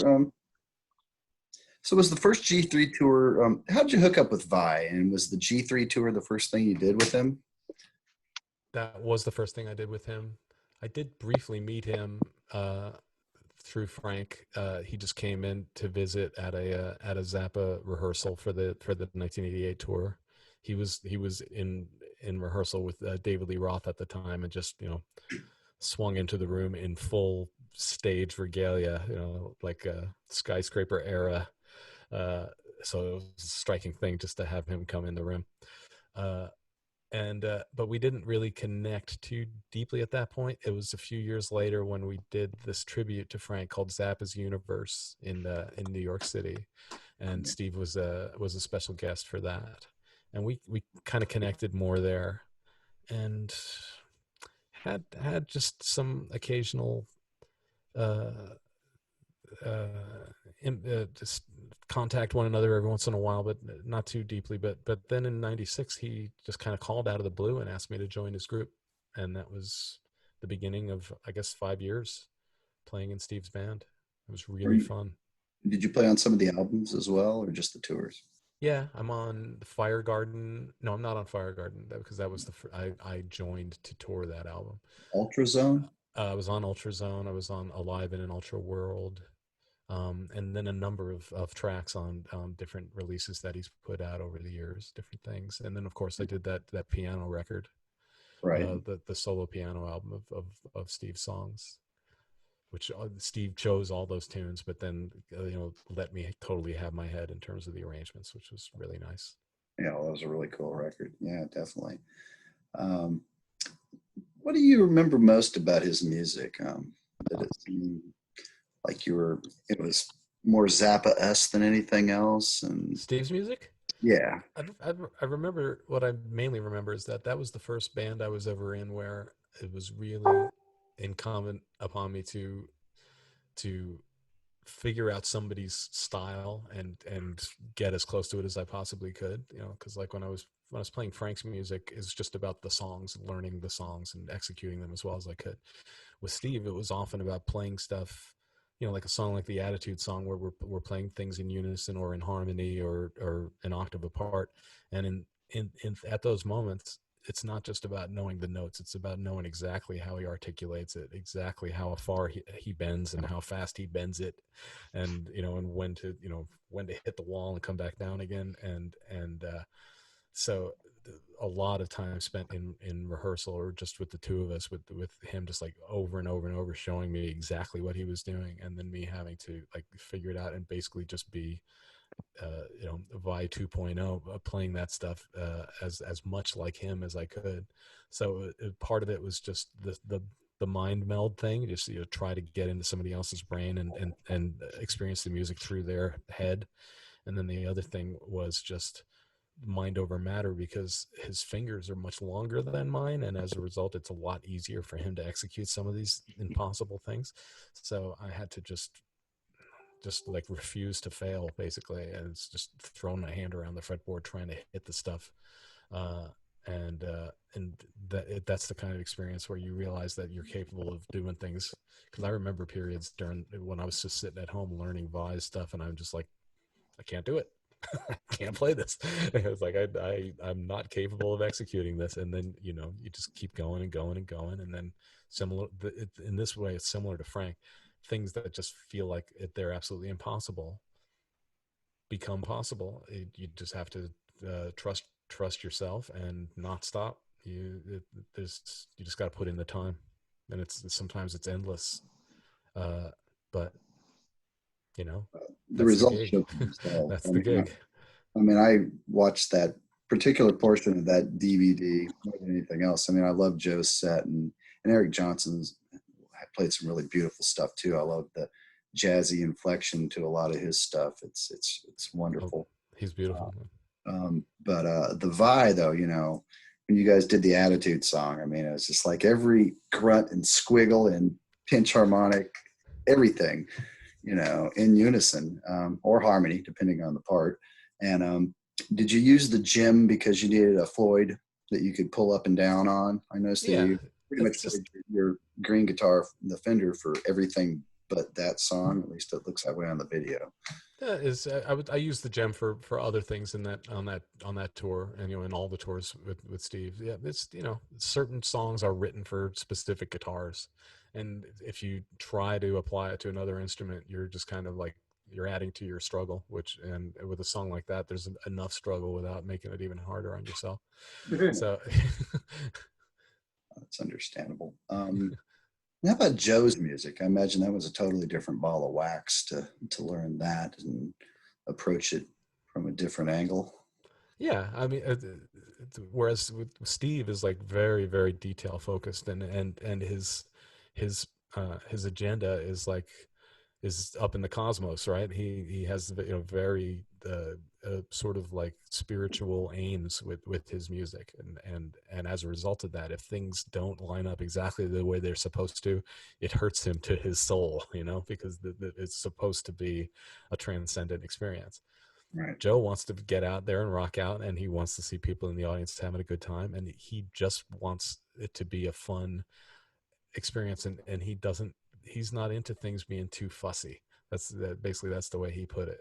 It's like having this conversation, and we had long conversations about music on the bus with Brian Beller asking, Joe, do you like this music? Do you like that music? And it's like trying to figure out what is it what Joe is into. And basically it comes down to a real simple thing. He likes stuff that's badass. He's like, he likes Hendrix. He's not that into Yes, but he likes ELP because he thinks that Keith Emerson was a badass. It's like this there. If you kind of like look at things from that perspective, it's easy to understand why he's into the things that he's into and why he makes the music that he does make. And generally, it's just like, it's rock music. It's stuff that you can dig. It's you can see this through line through all of his releases, and it's not about being like super meditative or super cerebral. It's thoughtful music, and it absolutely is thought-provoking music, but it's meant to be a good time. And again, it's meant to be like rock songs that you would sing, but instead of there being a singer, he's playing it on the guitar. The guitar is the lead vocal part. Okay. Well, I thought it was great when you hooked up with him. I just thought, well, that's a great gig to have. Well, it was so much fun. It was a great gig, and the band is just, the vibe in the band is really cool. And Joe is a very fun guy to hang with, and an easy guy to tour with, and yeah, and he was real encouraging, because he had hired me as a keyboard player, and for the first 3 years that I was in Joe's band, I only played keys.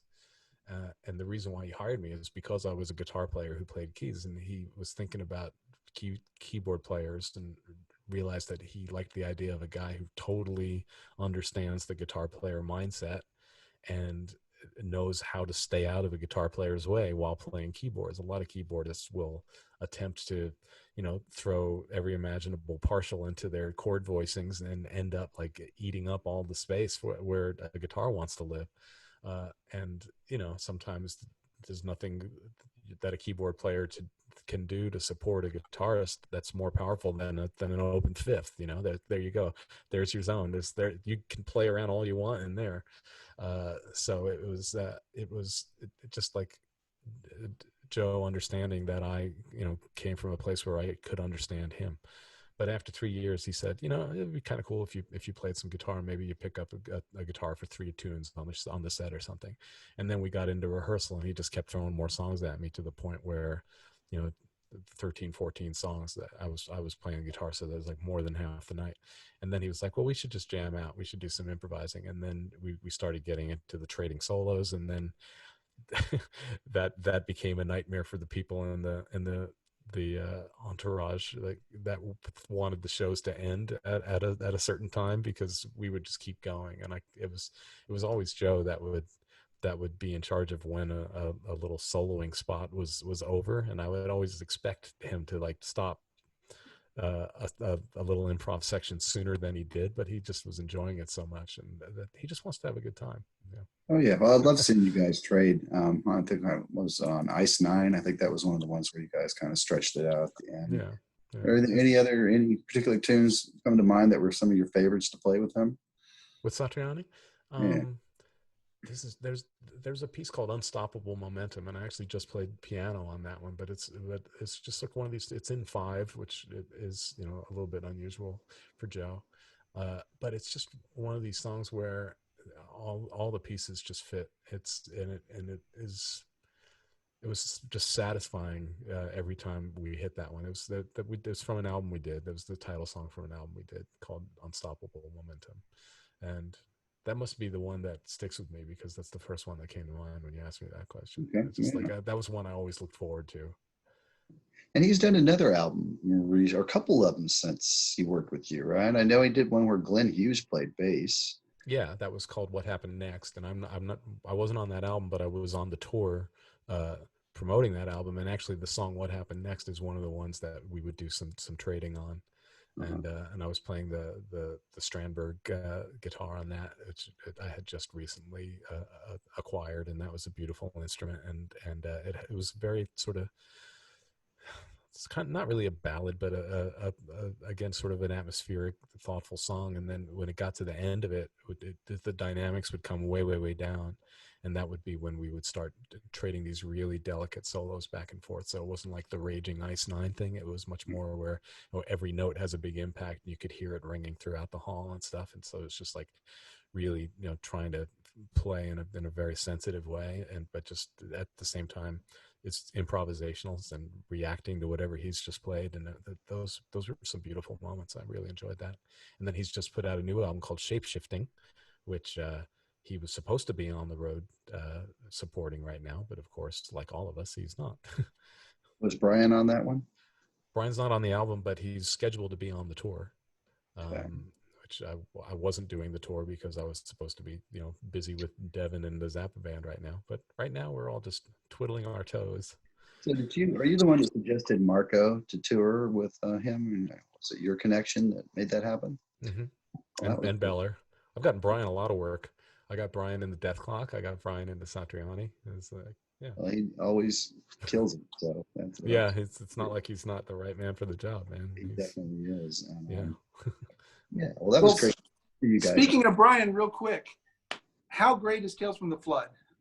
Extremely great. That's a real achievement. It's a real achievement. I've been listening to that a ton recently. It's just beautiful. It really is. It's like it goes deep. I'd love to get him on here some night and talk about it. So, Brian can definitely talk. Make that happen. Yeah, excellent. All right, let's see. You guys got a little more time, or pretty much gone through most of my questions here. Is there anybody you'd love to work with that you haven't yet? I'm sure there's probably a long list once you start thinking, but I would like to be in a band with Wayne Shorter and Neil Young. Let's do that. Make that happen. Make a few phone calls. That's the goal. Oh man, that would last a day before they killed each other. As long as somebody records it. Just the thought of that makes me smile. All right. Matt, you got any more questions? Oh, you took my question. Scambot 3, and who do you want to work with next? But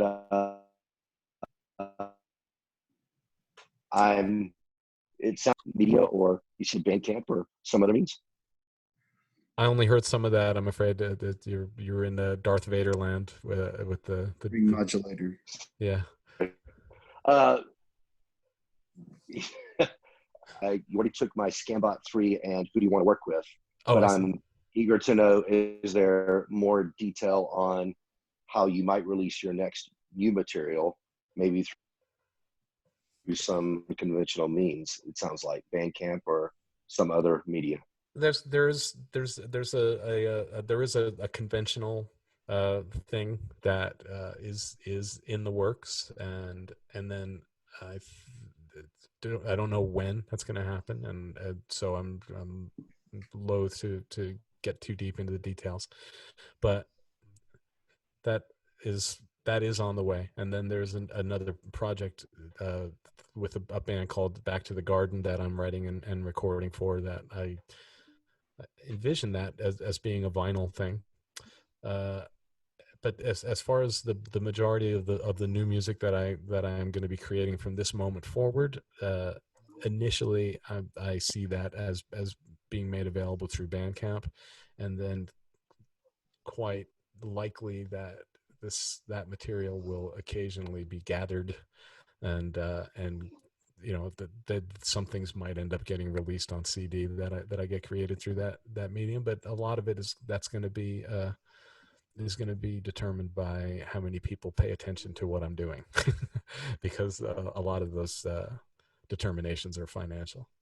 So, but it's you know, there are still a lot of people, and I think certainly in the progressive world, especially the people who enjoy that music, who still maintain an attachment to physical objects, and you know, and I get that, but I have sort of begun divesting myself from a lot of the physical objects, and realizing that I can get a lot of enjoyment from music without having to have that, you know, a plastic thing in my hand. But I also think that there are ways to, you know, possibly create art pieces or some sort of accompanying physical things to go along with a music that's streamed or downloaded. You know, I'm still putting my thoughts together in terms of the best way to deliver stuff. I think the first step is to just create the stuff, and then the best way of delivering it, I think, will reveal itself. You know, I was talking with Roger about, you know, the Licorice Quartet, and I don't know if you noticed, but they call the album Threesome because instead of putting it all out at once, they're doing 3 EPs, 4 songs each, where, you know, you collect them all and then you have the whole album. But he feels like in this day and age, people's attention spans might be geared better for this, and also it kind of keeps them, you know, in the forefront of your thoughts, you know, rather than just putting out one record and disappearing for 3 years. It's kind of like you just kind of string it along every 6 months and put out 3 or 4 tunes. And I thought, well, that's an interesting way to go about it, you know, in this modern age. I see myself making a lot of music and not necessarily wanting to hang on to it, and to then, you know, put out an album's worth of it at once. I might be more into the idea of uploading things and sharing them as they're done, and then, and you know, again, this is such a completely new phase of life that we all find ourselves in, and I'm very willing to let go of all previous ways of thinking, and just like take steps forward that might be very different from steps I've taken in the past. I mean, I've built up a large catalog of physical objects to this point, you know, just like big stacks of things that have used many natural resources. And so part of what I'm thinking also is I find it appealing, the idea of making music available that doesn't place so many demands on the earth's bounty. So, but we shall see. We shall see. I know that there's still going to be, you know, the probably at least 1 CD that I can think of, that or possibly 2 that are in the works, and then this vinyl thing that I'm thinking of. And you know, I love vinyl. I still play vinyl, and very little of my music has been released on vinyl, and I would be very happy to see a lot of the back catalog come out on vinyl, and some of the music that I'm going to be making, and there's an interesting, you know, Bandcamp makes a vinyl option available, which is pretty pain-free for the artist if you can be assured of a certain number of people who are going to buy the thing. It's basically cost-free to the artist to do vinyl release through Bandcamp. So I'm intrigued to see what the possibilities are there. Okay. I got another question here. My friend Floyd is wondering, what would Zappa think about our current political system? And does Zappa band live performance of late reflect any of that, or touch on it, I should say? Because, you know, he always had a slightly political slant sometimes. Sure. Jesus still thinks you're a jerk. You know what, I've seen a number of people online saying that they think they know what Frank would think about what's going on, and I honestly don't. I mean, obviously he would be he would be greatly amused and disgusted in equal measure. I'm sure by how absurd things have gotten.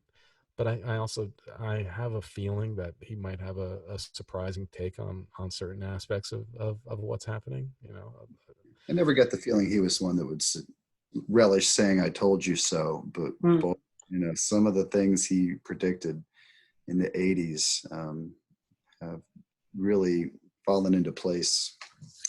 I don't think he really would have that much of an issue with saying "I told you so." Well, yeah. Just watching him on that episode of Crossfire, you know, where he's. Yeah. Anyway, I don't want to go down that rabbit hole and piss anybody off, because I want everybody that watches this to enjoy it, no matter what side of the fence you're on, because music is a thing that can unite us at times when we feel divided. Any other non-musical hobbies you have besides collecting big hats? I love to draw, you know, and You're a great artist. Thank you. And I haven't been doing much painting lately, but I have you know, really enjoyed doing that. It was one of the last ones I did. Awesome. You had another dog, right? Yeah, I just can't seem to. I'm glad you recognize that as a dog, because my dogs are really weird. Yeah. You know, it's not great art, but I enjoy it. So that's what I do. That's very relaxing to me. And then you know, sometimes you just gotta veg out on the couch and see what's going on Netflix. You know. Top 3 progressive rock albums, your favorites. Wow. What comes to mind? Tarkus, Passion Play, and does Uncle Meat count? Of course. All right. Top 5. You 2 more. All right.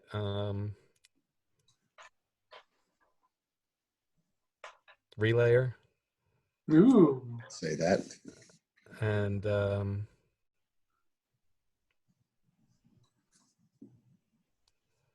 I don't know, it's really hard with Gentle Giant, you know, because it's a Gentle Giant album, but I'm not sure if it's Power and the Glory, or I say that, but then I think, you know, there's something about Three Friends that really grabs me, and I think it might be the song School Days, which I think is like one of the most beautiful things that ever happened. Oh yeah. Well, I think that whole suite is like one of their greatest moments. I think it's on side 2. The way everything just kind of flows together on Three Friends. It is really beautiful. Yeah, I think. And you know, and Peel the Paint might be like peak Gary, you know. Oh yeah, and that's one of Derek's greatest vocal performances too, I think. You know, yeah. There's something really there's something that feels really real about the way he sings on that album. You know, they, as the albums went on, and they really kind of, formula sounds like a bad word, but you know, they you know, got their scene together. Things felt like so arranged and so perfect that it didn't have quite that same freewheeling sense that Peel the Paint has, and that you know, that song just has hair on it. Yeah, that was the first Giant album I got, so it's always kind of, I mean, Power and Glory would probably be my quick answer, but stop and think about it for a second. And Three Friends. I had to stop and think about it, and you know, and I ran, like, I scanned it. I went, is it Octopus? Is it Freehand? I really love Interview. Is it? And then Three Friends is just like, wow, I love Three Friends. So I don't know, maybe it's Three Friends. Maybe I just learned something about myself. Yeah, my friend Brad says Three Friends has the best bass line ever. I'm not going to argue with that. You know, and it's such a great tone too. You know, that Fender was just. Oh man, yeah. You see where Scott Tunis got some of his action from Rachel. I mean, I'm a sucker for Fender bass. You know, I think that's just the supreme bass tone. Slightly distorted, played with a pick. I'm down. Yeah, it cuts through. You get these boutique ones with the active pickups, and it's almost like some of those put out such a wide frequency range they kind of stomp on the other instruments. But that Fender just sits in the pocket really nice there, orally and otherwise.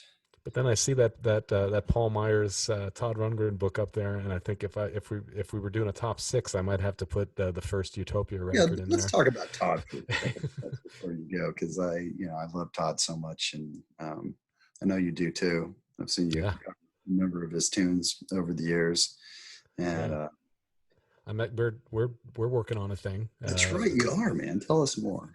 It's right now that the ball's in my court. It's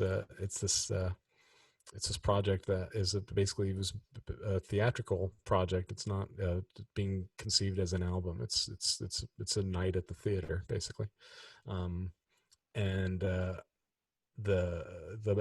modus operandi that we're in is he's done a treatment where there are sections where certain types of songs are meant to happen, and I'm creating a series of pieces based on these descriptions, and then he's going to take what I do and elaborate on that, and then there's going to be some back and forth, I would imagine. But I'm not even halfway through my process yet, so he's waiting for me to achieve a sense of completion. Basically, he's told me, when you're happy with what you've done, then I will stick my nose into it. So I'm still in that first phase. So far it's a collaboration in the sense that he wrote a thing that has inspired me to write the stuff that I'm writing, and then I'll send that to him and he will begin manipulating. Okay. Well, I was excited to hear that you guys were working together. I think you mentioned that at least 6 months ago now. And, yeah, it's there's just a lot going on. So it's taking me a long time to do my part of the gig, but also it's like there's not so much of a rush now, is there? So he's being very patient with me. What's your top 5 Todd albums? You can include Utopia as well. That's probably in the top 5. The first album that comes to mind is the Todd album. I love that a lot. And then A Wizard, A True Star, and Initiation, and Todd Rundgren's Utopia. Mm-hmm. And my left field choice would be Second Wind. Oh, I love that title track. I think that's one of his most progressive later era tunes. I think everything on that album is really quite incredible, actually, especially when you realize it was all recorded live, and it sounds like a very detailed studio recording. But there's several things on there that are just incredibly powerful. There's a piece called If I Have to Be Alone. Oh yeah. It's just moving and great, great writing, great singing, great playing. And it's very unheralded, that album. It kind of got short shrift when it came out, and it doesn't come up that much in discussion, but it's a great one. I see it like as a companion to Nearly Human. They both were done kind of live with the band. The band's not quite the same. It's interesting. Second Wind has Journey bass player Ross Valerie on it, which is playing great, killing it. And he did a great job. And it was just interesting to see him kind of step out of his wheelhouse and do that with Todd. They were sort of companion pieces. They were both the result of a short-lived contract with Warner Brothers. Nearly Human was recorded live in the studio, and Second Wind was recorded live on stage, but meant to sound like a studio album. But for my tastes, the material on Second Wind is just like, Nearly Human's a fine record, but Second Wind, I think, is outrageous, transcendent. I think it's a little more diverse. I thought Nearly Human was a little samey from track to track, and they're all. I have issues with the sonics on Nearly Human now that we're getting a little geeky. I think that the sound of Nearly Human isn't very satisfying. There's a thinness to it. Whereas the sound, I thought Second Wind was very full and satisfying. Yeah, I agree. I think my favorite one on Nearly Human was "Want of a Nail." I just think that's such a great tune where he, Well, so, Bobby Womack is just oh cool, yeah, Yeah. just the whole lyrical angle of how this one thing led to this, to this, Yeah. to this. I thought, well, what a cool way to go. If the horse hadn't got his horseshoe on, he never would have taken the message to the next place. And you know what I mean? Yeah, totally. Absolutely. It's Uh, it is thought. It's very thoughtful, that song. yeah, what a great angle. His catalog it's like a gift that just keeps giving. There's a lot there, that's for sure. Pick some of my favorites. That whole kind of prime prog stretch from Wizard through the first Utopia is But I love Initiation. I'm all about A Treatise on Cosmic Fire. Yeah, that's right. Yep, yeah. A 36-minute album side. I'm already interested. But then I think it works. It's a real trip. Oh yeah, I saw him last summer and he did Fair Warning from that. And God, yeah, he's killing it too. It's so good. It's just like this set list alone is just making me die in the aisle. I can't believe he's playing this stuff. It was nice to be able to because that was right when we were first starting to talk about collaborating. So it was nice to be able to see him afterward and say, I don't understand how you're able to sing this well, after all this time. And he said, I don't get it either. But it's true. He's just I don't know that I've ever seen a more well executed, more powerful Todd show than that Individualist tour. Yeah. And also the Utopia tour the year before that was also fantastic. And I love the way they kind of split up. The first set was all kind of the proggy stuff up through Raw. And then the second half was all the power pop stuff. Yeah. And sounding great on all of it. It all sounded fantastic. Yeah. And props to his band. Prairie and Chasm are just such an amazing rhythm section. I'm a big fan of both. And the new guy, I felt really awful when Ralph Shuckett got sick and couldn't do it. But I said, out of this, we're going to meet a new talent. Yeah. And we did. That Gil Silas is just amazing. He is amazing. He's fantastic. Pretty much worked with him ever since then, and he's also in Kaz's band. Kaz is out doing his Utopia tour, singing the songs that he was more associated with, and a few Todd ones too. It was one of the times where I was grateful not to be able to accept a possible gig, because when it turned out that Ralph couldn't do that gig, Chasm called and asked if I was available, and I wasn't. I was on the road with Satriani, and then days later Gil came on the scene, and when I heard him, it's like this is what was supposed to happen.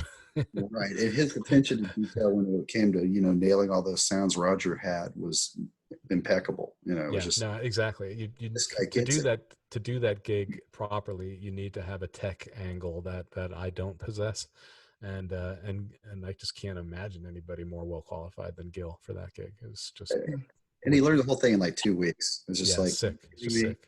Because it wasn't like he was an old time Rundgren fan. I don't think he was really familiar with the material at all, but he fit like a glove. And you need to have a young brain to do something like that, I think. That's a lot to stick in there quickly. So growing up, my mom and dad separated when I was like 3 years old, but record companies kept sending promo albums to my mom all the time that I was growing up. So she had this enormous record collection. And when I got to be a teenager, I just started going through it. And that's how I developed most of my tastes that I eventually got to today. And the one Utopia album that she had that was Another Live. And the wheel from that became something that I just stuck on for years. And it was probably in the last 5 years that I went back and listened to the rest of Utopia. I mean, that was the only Utopia album I knew. That's the one. That's the only one I knew forever, except for mine's got a big promotional copy, not for resale sticker on it. Very cool. Yeah. This gets overlooked stuff on that record. I think it's half live and half studio, but those these original tracks slot perfectly in with the first Utopia album. It's like side 3 of the first Utopia album to me. I mean, 7 Rays. I mean, that's that's epic stuff. And the shorter songs as well, The Wheel and Another Life is wonderful too. I don't know if you've ever seen the version he did with the group, the same orchestra that you played with over the in Metropole. Yeah, Yeah, that whole set they did with Todd was just amazing. It was a beautiful thing, and actually, there's a lovely instrumental on that album, on another live that Roger wrote called "Mr. Triscuits." It's a name that all progressive ears people are also very familiar with, from Michael Dawson. That's a real sleeper, that record. There's some very cool stuff on that album. I love the song "Another Live," and yeah, Seven Rays is a classic. Yeah, so yeah, And also that version of the West Side Story song, "Something's Coming." Yeah, it's just cool.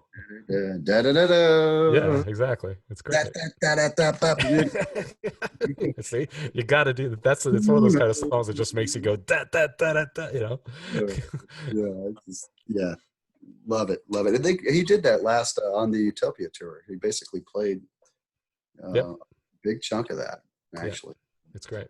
I just love that he's not afraid to do any phase of his career too. Like when he got together with the Metropole Orchestra, is that right? Mm-hmm. He let them pick the set list. He's just like, I'll play anything from my career, just put it together. And it's just doing stuff like Onomatopoeia. You see that where he wrote all the words on the pair of white gloves and went down the line as he was. No, I didn't see that. That's fun. Yeah, but it's like, okay. So well, I mean, I think it's in the last couple of decades, especially, he seems to have like developed this more of a willingness to really plunder the catalog and go out and play all of Wizard of True Star and go out and play all of Todd. Right. And but at the same time, he'll put out a new album that year also. So it's not like he's just a nostalgia act. He's like still doing fresh stuff, but he'll do like one tour where he kind of focuses on the new album. Yeah. And then do another tour where he just looks back and does older stuff. And it's good. For a fan, that's just great because over 10 years or so, you get to see a good chunk of his catalog, and you can put it on live. It's just he's just like the ultimate performer, man. Even now, he's just like the Energizer Bunny. Well, that's true. I mean, I can't tell you how impressed I was to see that the Individualist tour that he did last year, and just see that, well, man, you don't expect people at that phase in their career to be at a performance peak, but he really was. It's crazy. Right, he's like 70, so I think it can inspire us all to Absolutely, it's all props to him. Right, absolutely.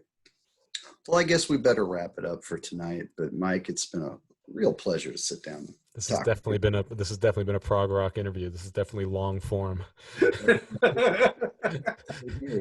I do is epic. That's right. And thanks for doing this, Vaylor. Let's get together sometime. You bet. I'm around. I'd love to talk about the brothers and your angle on the whole catalog and some stories that I'm sure only you can tell. So anytime, you got my number. Right on. People would love that. So, and Matthew, I can't wait to see you guys.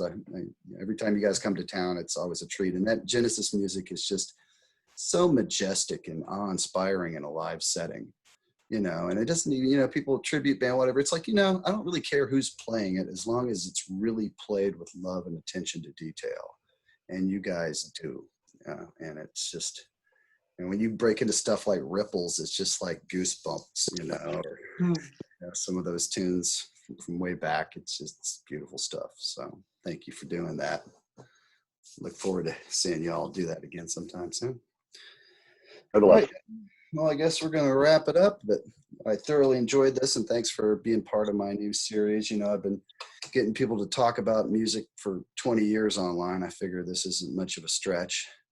I might as well just put my face with the name. Next week, I can't really go into too much detail, but I'm working on having an interview with a pretty well-known prog keyboardist who is playing with a wonderful classic rock band now. I won't go into too much detail, but he's rather well known in the prog world. Just trying to dot our I's and cross our T's before I announce that one, but use your imagination. It's probably somebody you've heard of before. Can't go into detail. All right, you guys, stay safe. Good luck with everything. It's always a pleasure talking to you, and I'm sure we will do this again sometime soon. All right. All right, you guys. We'll see you. Thanks, John. Love you. Take care.